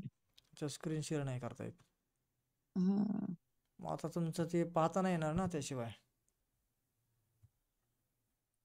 पांचाळ सर, माईक सुरू स्वतःहून करायचा, प्रश्न विचारायचा आहे. तुम्ही मोबाईलवरून जॉईन व्हा मॅडम, आणि मोबाईलवरून स्क्रीन शेअर ते सगळं आधी गुगल क्रोमवर घेता येते का ते पहा, आणि मग स्क्रीन शेअर करून दाखवा तरी चालेल. Okay okay. पांचाळ सर बोला. सर कालचाच परत प्रश्न आहे हम्म की जे ब्लॉगरवर जे आहे हम्म. ते आपल्या नावाने जे हे करायचंय का विषयाचं नाव हे करायचंय, म्हणजे जो URL जो आहे विषयाचं नाव दिलं तर बेस्टच राहील. आणि तो ईमेल आयडी आणि तो ह्याचा जो तुम्ही म्हणालात ना नवीन ईमेल आयडी तयार करायचा आणि तो ब्लॉगवर सुद्धा तो सेम नवीन ईमेल आयडी असला तर तयार बरं नाही पडतं. करायचं सांगितला. नवीन ईमेल आयडी कुठे सांगितलं तयार करायला? त्याच नावाने तुम्ही म्हणालात ना, जर त्याच नावाने जर असेल तर बरं पडेल ना. ईमेल आयडीचा आणि ब्लॉग काढण्याचा काही संबंध नाही. तुमचा ब्लॉग जो आहे अच्छा. ना त्याचं टायटल आणि तुमचं हा नाव एकच असलं पाहिजे असंही काही कंपल्सरी नाही. आणि ईमेल आयडीवर हा कुठल्याही ब्लॉग आणि कुठल्याही नावाने तयार केला जाऊ शकतो. अच्छा, जुन्या आणि सुद्धा करू हो, शकतो ना. शक्यतो जुन्यावरच करा ना, एक नवीन मिनिट कशाला काढता जर पहिलं असेल सगळं बरं काही. का सर, बरं ठीक का आहे, ओके ओके. तुम्ही समजा शिक्षणावर जर ब्लॉग तयार करत असाल हम्म. तर शिक्षणाची संदर्भात त्याचं डिस्क्रिप्शन आणि ब्लॉगचं नाव असलं की सोपं. सरांचं म्हणणं ते बरोबर आहे, अशा पद्धतीने करा. त्यांचं म्हणणं तसं नव्हतं. त्यांचं म्हणणं वेगळं होतं की बुवा मी नवीन ईमेल आयडी काढून नेमक्या ज्या नावाने ब्लॉग तयार करणार त्याच नावाने ईमेल आयडी पाहिजे का, असं काहीतरी प्रश्न होता त्यांचा. नाही नाही नाही, तशी काय आवश्यकता नाही. हा, त्यांचा प्रश्न तसा होता. हा बोला सर, वाळुंजकर सर, माईक सुरू झाला होता तुमचा. हा, मला काही नाही हेच म्हणायचं होतं. मग आता लेआउट मध्ये उद्यापासून आपण ते फार महत्वाचं आहे उद्याचं. हो हो हो, लेआउट आपण जे काही त्याच्यात ऍडिशन काय गोष्टी करणार आहोत ना त्या तिथे होणार आहेत. कारण आतापर्यंत माझं सगळं ओके, काही प्रश्न नाही. ठीक ठीक, चालते, काही अडचण नाही. हो हो हो. आणि ज्यांना माझी डिझाईन पाहिजे आहे जी प्रोफेशनल लायसन्स व्हर्जन आहे, तर ते ज्यांना पाहिजे त्यांना मी लिंक टाकून ठेवलेली आहे. तर ज्यांना वाटतं की मला ही डिझाईन माझ्या ब्लॉगवर ॲड करायची, तर त्यांनी त्या लिंकला क्लिक करून माहिती भरा. व्यवस्थित जो तुमचा ॲड्रेस आहे ब्लॉगचा असा वरती जो येतो तो कॉपी करून त्याच्यात टाका. चालेल, मी उद्या फॉर्म भरतो. ओके, धन्यवाद. बाकी ज्यांना प्रश्न आहे त्यांनी विचारा. एक थीम बद्दल विचारायचं होतं. आपण जी थीम देणार आहात ती थीम लाईफ टाइम फ्री राहील ना नंतर मग? हो, life time. Okay okay, thank you. हो, पुन्हा एक प्रश्न असा होता की आपण जी इमेज घेतोय त्यामध्ये समजा ब्लॉग पोस्ट करताना वरती इमेज घेतली ना आपण, तर त्या इमेजच्या साईजचं किती MB पर्यंत असं काही बंधन वगैरे आहे त्याला का? नाही काही बंधन. नाही ना? नाही. चालते. सर फक्त लिंक येते, टेक्स्ट येत नाही कीप नोट्स वरून घेतल्यावर. तो पूर्ण कवितेचा किंवा काय कीप नोट्स वर टाईप केला असेल ना, त्याचं हे येत नाही, टेक्स्ट येत नाही, अक्षर येत नाही, फक्त लिंक येते. माझा आवाज येतोय का सर? येतोय, पण मला काहीच समजा तुम्हाला काय म्हणायचंय. बघा, कीप नोट्स आहे ना, कीप नोट्स वरून मी कॉपी केलं आणि मी ब्लॉग मध्ये टाकलं पोस्ट करायला, न्यू पोस्ट. मग त्यामध्ये टायटल दिसतं, म्हणजे मी जे पोस्ट केलंय ना त्याची लिंक येते, ते असं मेसेज येत नाही, त्याचा अक्षर येत नाही, जो लेख कविता काय असेल ते. मग तुम्ही किती ओळी कॉपी केल्यात गुगल आपल्या याच्यात कीप मधून? 15-20 असेल.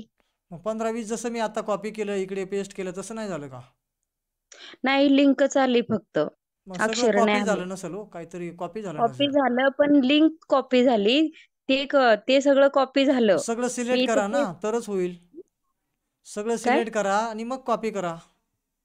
केलं की सर, मी तसंच केलं. मी वाटलंच तर बरं, पुन्हा स्क्रीन कर. मी स्क्रीन 2-3 शेअर वेळा करता येते करून का तुम्हाला? बघितलं. स्क्रीन शेअर मी फ्रंट कॅमेरा करून हे दाखवते ते सर. तसं बरोबर दिसत नसते, म्हणून स्क्रीन बरं, शेअर. स्क्रीन शेअर करते तुम्हाला. प्रश्न ज्यांचे असतील त्यांनी विचारून घ्या. काही स्क्रीन शेअर करायला लायकीचे असतील तर ते स्क्रीन शेअर करून दाखवल्याने तुमचे प्रॉब्लेम सॉल्व्ह होतील आणि तुम्ही सगळ्यांसोबत चालाल. ओके, त्यामुळे थोडेफार अडचणी जरी आल्या तरी स्क्रीन शेअर करून दाखवल्यास त्या अडचणी लगेच आपल्याला दूर करता येतात. फोटो ना, फोटो जायचं की डॉक्युमेंट मध्ये? फोटो मध्ये ना?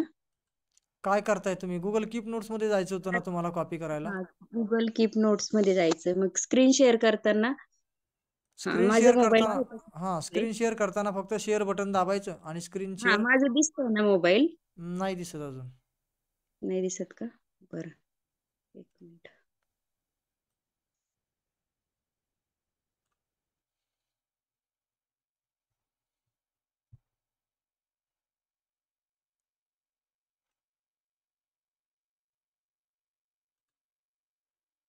ओके, बाकी ज्यांना जायचं असेल ते जाऊ शकतात. आता यांचा तो वैयक्तिक त्यांचा प्रश्न आहे. जर प्रश्न विचारायचा असेल कोणाला तर थांबा आणि विचारा.